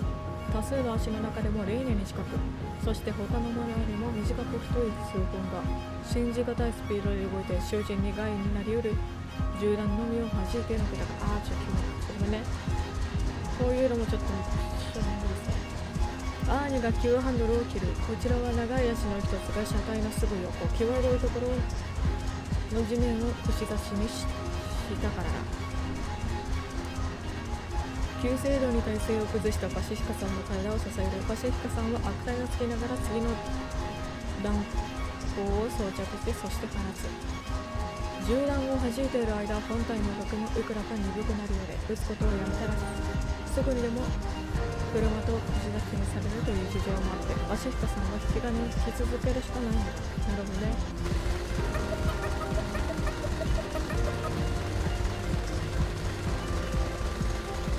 銃声に負けないように私は声を張り上げ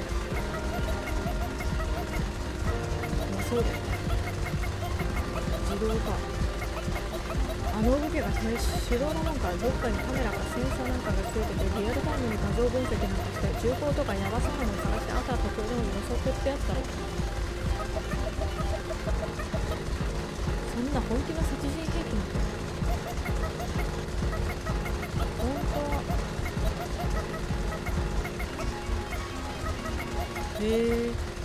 本当はあれに重機が乗ったり走行ももっとあったはずだ。それ運がいいな。十分絶望しかないけど、もっとあれだな、硬かった可能性でカメラの認識できないところから狙撃するとか相当遠くないと。万が一お前さんなのできるかもしれないが、あいつを一瞬でも負ける想像ができん。猫のぬいぐるみに銃口を突っ込んでネタってことでやってみたいけど、ぬいぐるみないんだな。これがサイコちゃん、ちょっと変わって。パシフィカさんに代わって私の持ち込みのマシンガンで銃弾をばらまいた。足が銃弾を弾くキンキンという金属音で頭がおかしくなりそうだった。銃弾だってそんなにないのだ。ちょっとずつ蹴りながらギリギリのところで撃ち続けたとして、あといくらもしない間に弾切れは必死だった。お、ロケットランチャー。ラストシーンに出てくる武器だよ、こういうのは。車内が丸ごと爆発した。一瞬そう思ってしまうくらいの爆風が吹き荒れて、ロケット弾が雲を向かって発射された。この種類のロケット弾の速度は遅い。だから祈る時間はたっぷりあった。レイダーが何かを叫ぶのが聞こえた気がした。そして着弾。これはさすがに防げない。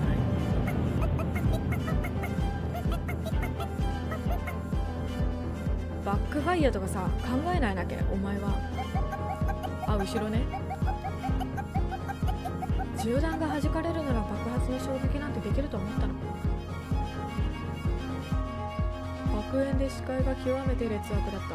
雲のシルエットすら隠れてしまうくらい。やったか。かぶった。視界がぐるんと回転した。同時に体全体にかかる強烈な重力。足の一つがワゴンごと貫いてそのまま振り回されたんだと数瞬遅れて理解した。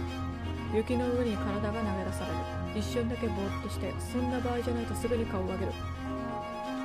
お、防がれてたね。レイニャを守っていた足から一箇所に集まって簡易的な壁を作っていた。数本の足がダメージを負ったらしく、関節部分が露出している。でもそれだけだ。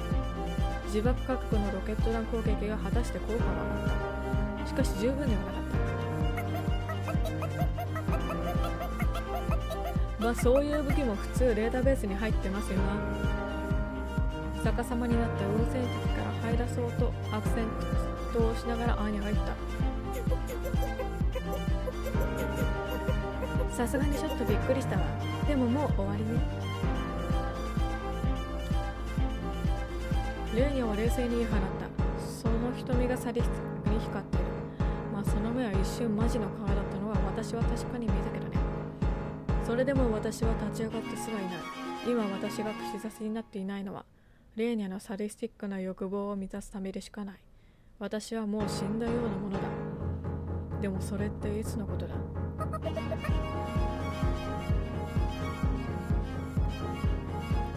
テレビでは言えないような言葉で私はレーニャを罵った。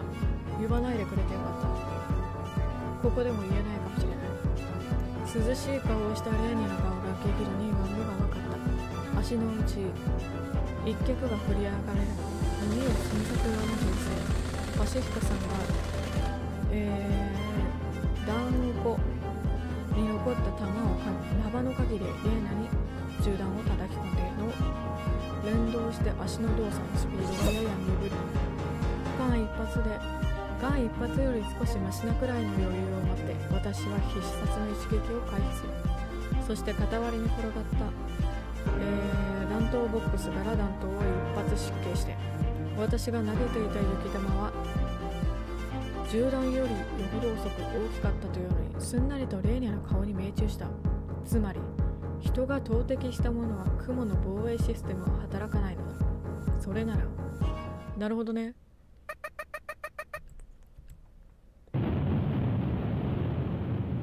友情の勝利なんて安っぽいことは言いたくない。だからこそまあおどけてみるのはちょうどいいよね。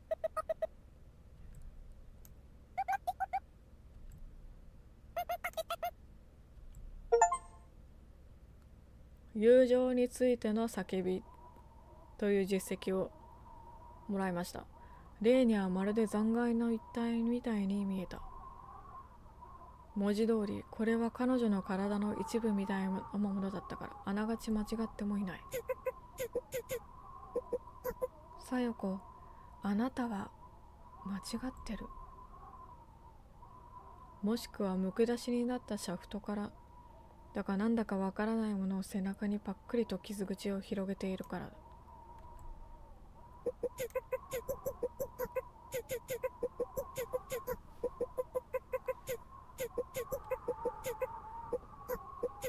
平らな者たちに値してもあなたも平らになるだけ。支配することもまた私たちの使命だと思って。私はレーニャは私に話しているというよりむしろ自分に言い聞かせているように見えた。彼女がいつも抱いていたぬいぐるみが転がっていた。破れた箇所からは不釣り合いに武骨な印象を受ける危機が覗いている。今や何も急ぐ必要はなかった。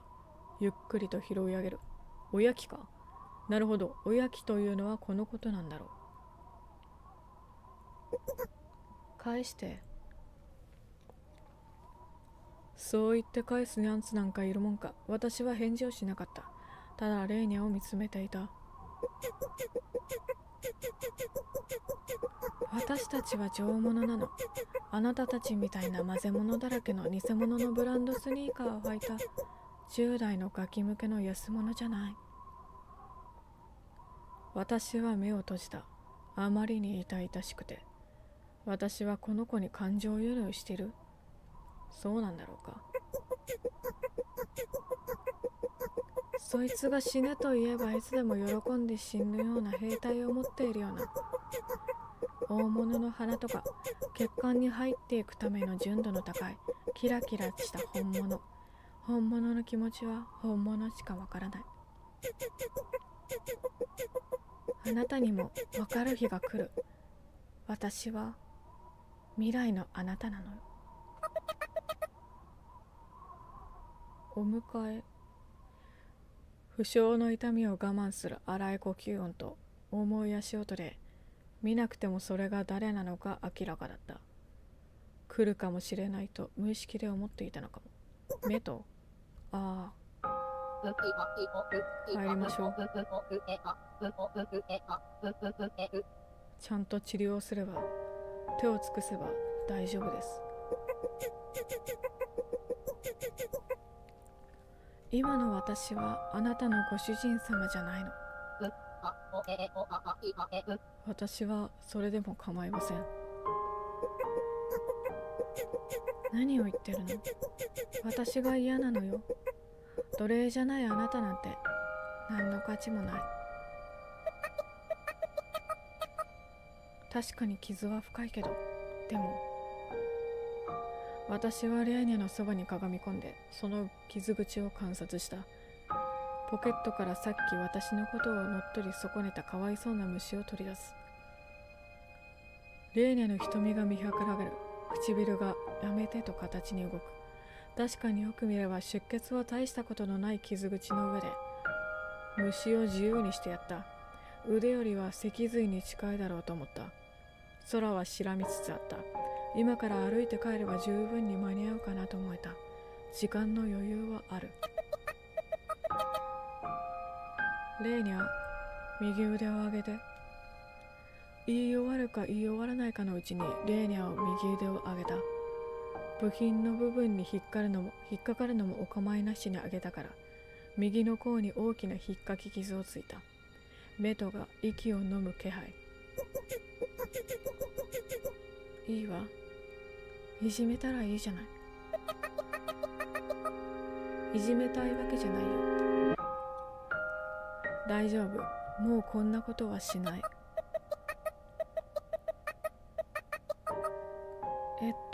命令します。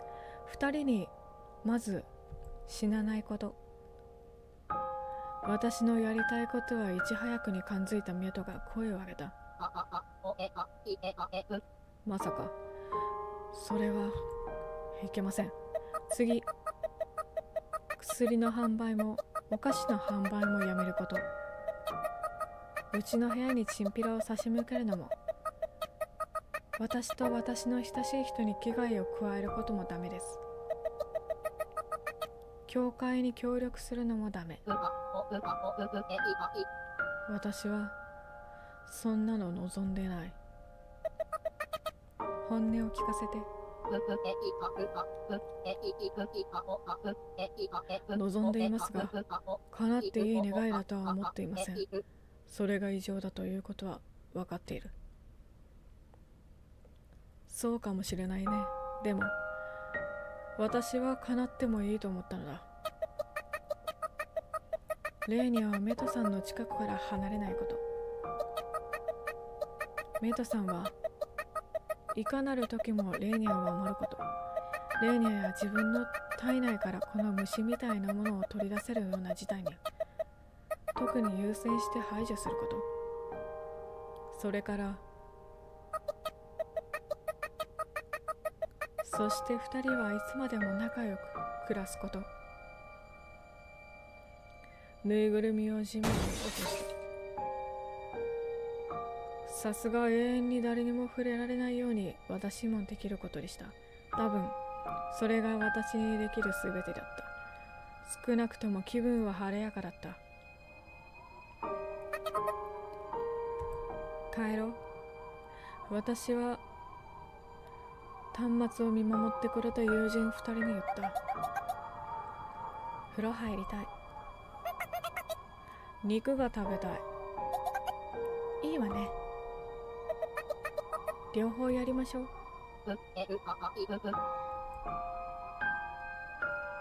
メトさんはスクラップの中からレーニャを引っ張り出して、その大きな背中に背負っていたレーニャは眠っているように見える。あるいはあまりの周知に気絶したか。でもその代わりに寝顔は穏やかだ。メトさんさっきこんなの変だって言ってましたけど。メトさんはいい人なんだと思う。レーニャに言うところの怠惰な幽霊に過ぎないとして、それでも善良で純粋で報われてほしいと思った。きっとこれは私のわがままで自己満足だ。それは分かっていた。ええ、言いました。今も同じ考えです。だってみんながちょっとずつ変なんだよっ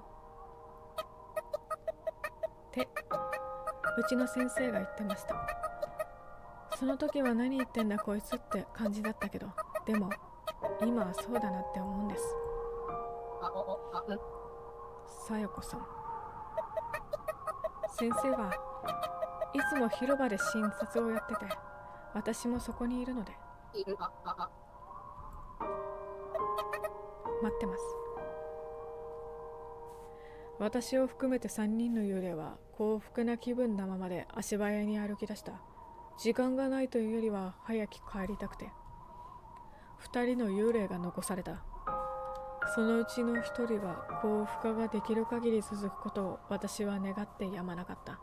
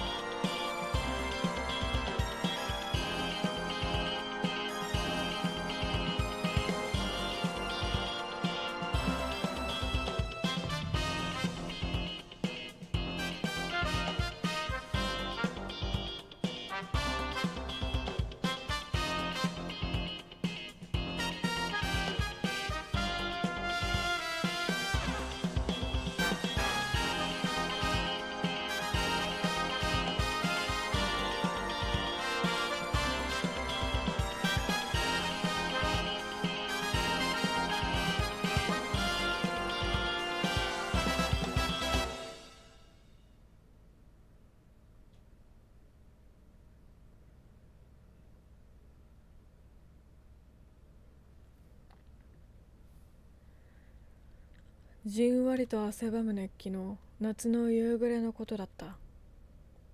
この街で過ごす初めての夏、都会の暑さとはまた違う種類の熱気に、しかし同じように私は一両編成の電車を降りて無人駅の改札へと足を止めた。改札の向こうに彼女がいた。小柄で華奢な体格、小さな花がツンと上を向いていた。可愛らしい顔立ち、ふわふわの髪は少し湿気でくったりとしていたけれど、それを差し引いても同年代の女の子よりは数段魅力的に見えた。彼女が私に気づいた。顔は手元の文庫本に向けているけれど、目線が少し動いたからわかるけれど、彼女はまだ私に気づかないふりをしていた。私はカードを改札に交わして改札を出た。どうせ彼女は合流し次第すぐ戻るのに。そうしないと彼女が怒るからだ。いや、怒るのではない。不機嫌になって不満を表明して、なぜか泣き出して、私がすべての言動の自分から謝罪するまで機嫌を直さなくなるというだけで。遅かったじゃない。改札を出るなり彼女が文庫本から顔を上げていった。ずいぶん待ったのよ。急に呼び出されてそんなにすぐ来れるわけないでしょ。そう言いたかったけど、口をついて出たのはいつもの言葉だった。ごめん。そうじゃないでしょう。習い事で疲れてるのに暑い中ずっと待たせてしまって配慮が足りなくてごめん。そうね、許すわ。もっと努力して。二人でもう一度改札をくぐった。このくだらない儀式のためにお昼ご飯1回分のお金が消えた。お金だけじゃない。彼女のくだらない支配欲のために今日までいろんなものが失われてきた。聞いて、私とても頑張ったの。今日のお稽古はね。親の転勤で町から遠く離れたこの田舎に越してきたのが半年ほど前。田舎という風土のせいか、私自身の性格のせいか、転校先の同級生たちは私をよそ者として扱い、決して自分たちの友好関係に招き入れようとしなかった。そんな私に唯一接近してきたのが彼女だった。彼女のまた人間関係から孤立していて、そういうシンプルな理由で私たちは一緒に時間を過ごすようになった。彼女の両親も都会の出身で、彼女の話し言葉もまた両親譲りの都会的なイントネーションだった。でもそれはきっと自然にそうなったのではないと思う。彼女は都会に憧れていて、自分の本当の居場所は都会で、不当にそこから引き離されているのだという態度を隠そうともしなかった。前に聞いた話によると、たった4回しか来たことがないくせに、何が私は都会の人間なのだと思うけど、実際はどうあれそういう彼女の態度はこの土地の人々にとって彼女をよそ者たらしめるに至るものだったと思う。だから彼女の居場所はどこにもなかった。そこに都会の人間である私が来た。そして餌食になった。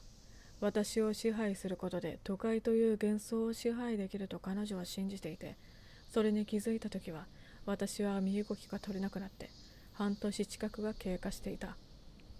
ねえ、聞いてる？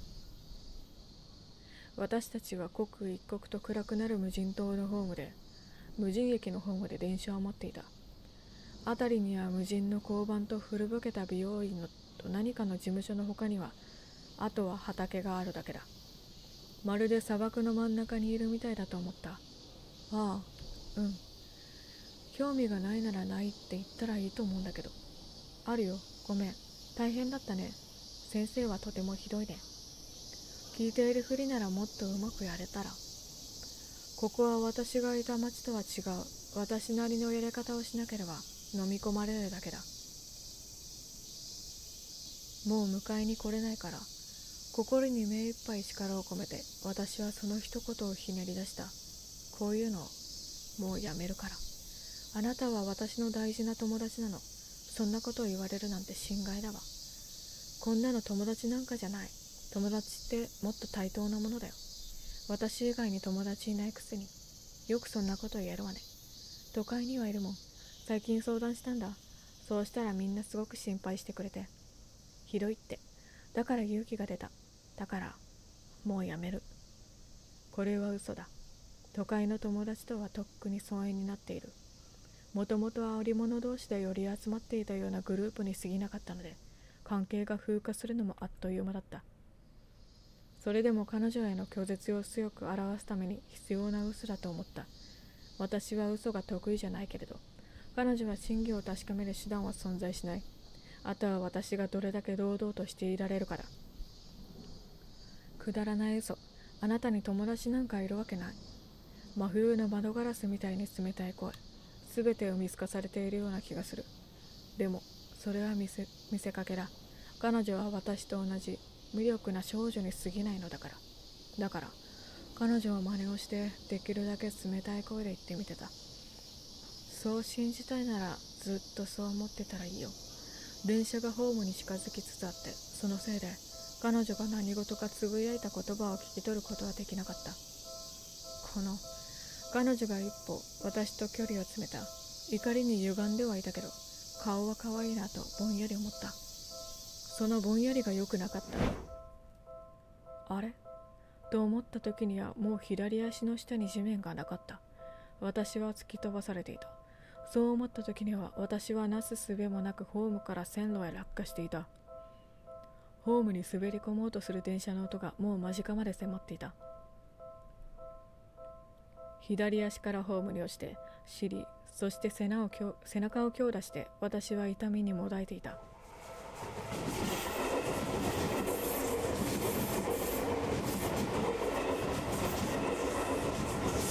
反対側のホームに滑り込んできた電車の音がぐにゃぐにゃと歪んで耳に届く。でもとりあえず生きていた。死を覚悟していたので、それはちょっと嬉しかった。それから何秒か遅れて私を突き落とした彼女への怒りがメラメラと燃え上がってくる。ちょっと殺す気？頭おかしいんじゃないの？ホームから私を見下ろしながら彼女は割り切れるどころか、聞いたこともないような低い声でがなりをかけた。こんなクソみたいな子たちを私が一緒だって言いたいわけ？あんたもクソみたいなのに、ただ都会生まれだってだけでバカにしやがって。私の両親は大学を出てるんだから、あなたの両親の取るに足らない学歴と違ってね。大学？なんで大学の話になるわけ？クソ田舎生まれのカッペクソ田舎娘クソ娘が都会分じゃないよ。言葉の応酬はどこまでも不毛だった。もうこんなところにいたくないと思った。ここじゃないどこかに飛んで行きたかった。町の友達って何よ。みっともないわ、嘘なくせに。そんなの明らかじゃない。あなたの魅力はひとかけらもない。一緒にいる意味がない。あなたみたいな子と仲良くしたい子なんて都会にも世界のどこにもいないに決まってる。いるもん。絶対にいる。絶対にいる。ただの売り言葉に買い言葉だったけれど、口に出してみるとそれはなんだか私が求めているみたいな言葉だった。世界のどこかに私と仲良くしてくれる、私も仲良くしたいと思える、そんな人がいるんじゃないかと。いるに決まっていると思った。そう思うとなぜだか涙がにじんだ。それは体のいい現実逃避なのかもしれなかった。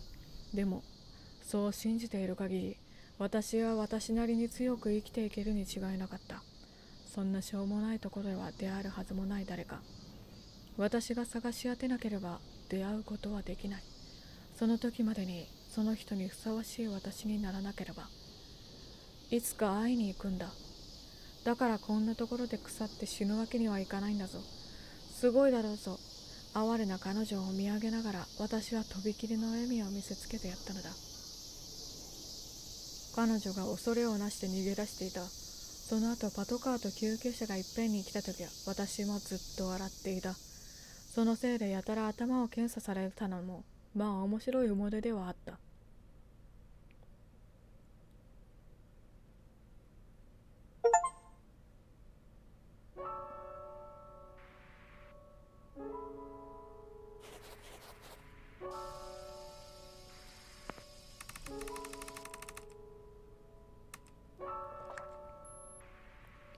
はい。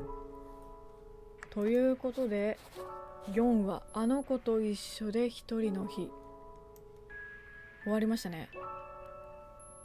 最後の回想、現代の回想が今までは多分小学生の田舎の話だったのかな。で、友達と映画に行くみたいな回想がずっとやってたんだよね。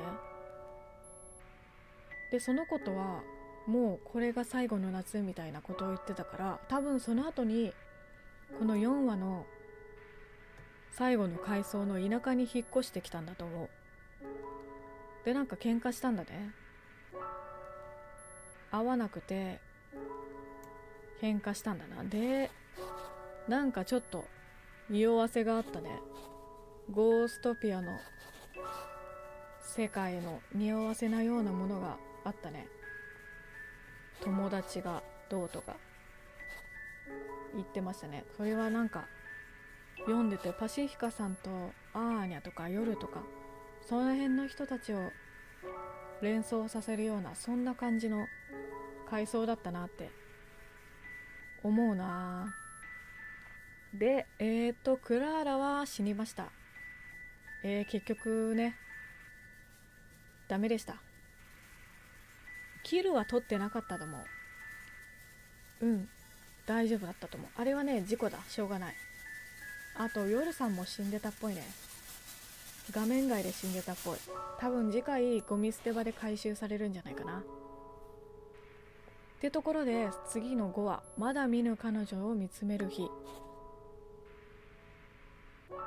5話の、メインのキャラクターは夜ちゃんかな。4話はね、完全に流れが違ってた。この子レーニャとミエトさんの2人の物語だったね。で、なんか確信をつくような、大戦末期がどうとかそういう話だね。そういう話をよく出てきたから、多分5話あたりでなんかまた匂わせがあるんではないかと、そういう予想でいるね。ちょっと4話はあれだね、物騒な話が続いたけど大丈夫だったかな。僕は結構きつかったよ、虫がね。なんであんなに虫が出てくるんだろう。虫のデザインが多かったね、レーニャは。困った。というわけで本日の配信はこれで終わりたいと思いますよ。本日も長らくお付き合いいただきありがとうございました。消しちゃった。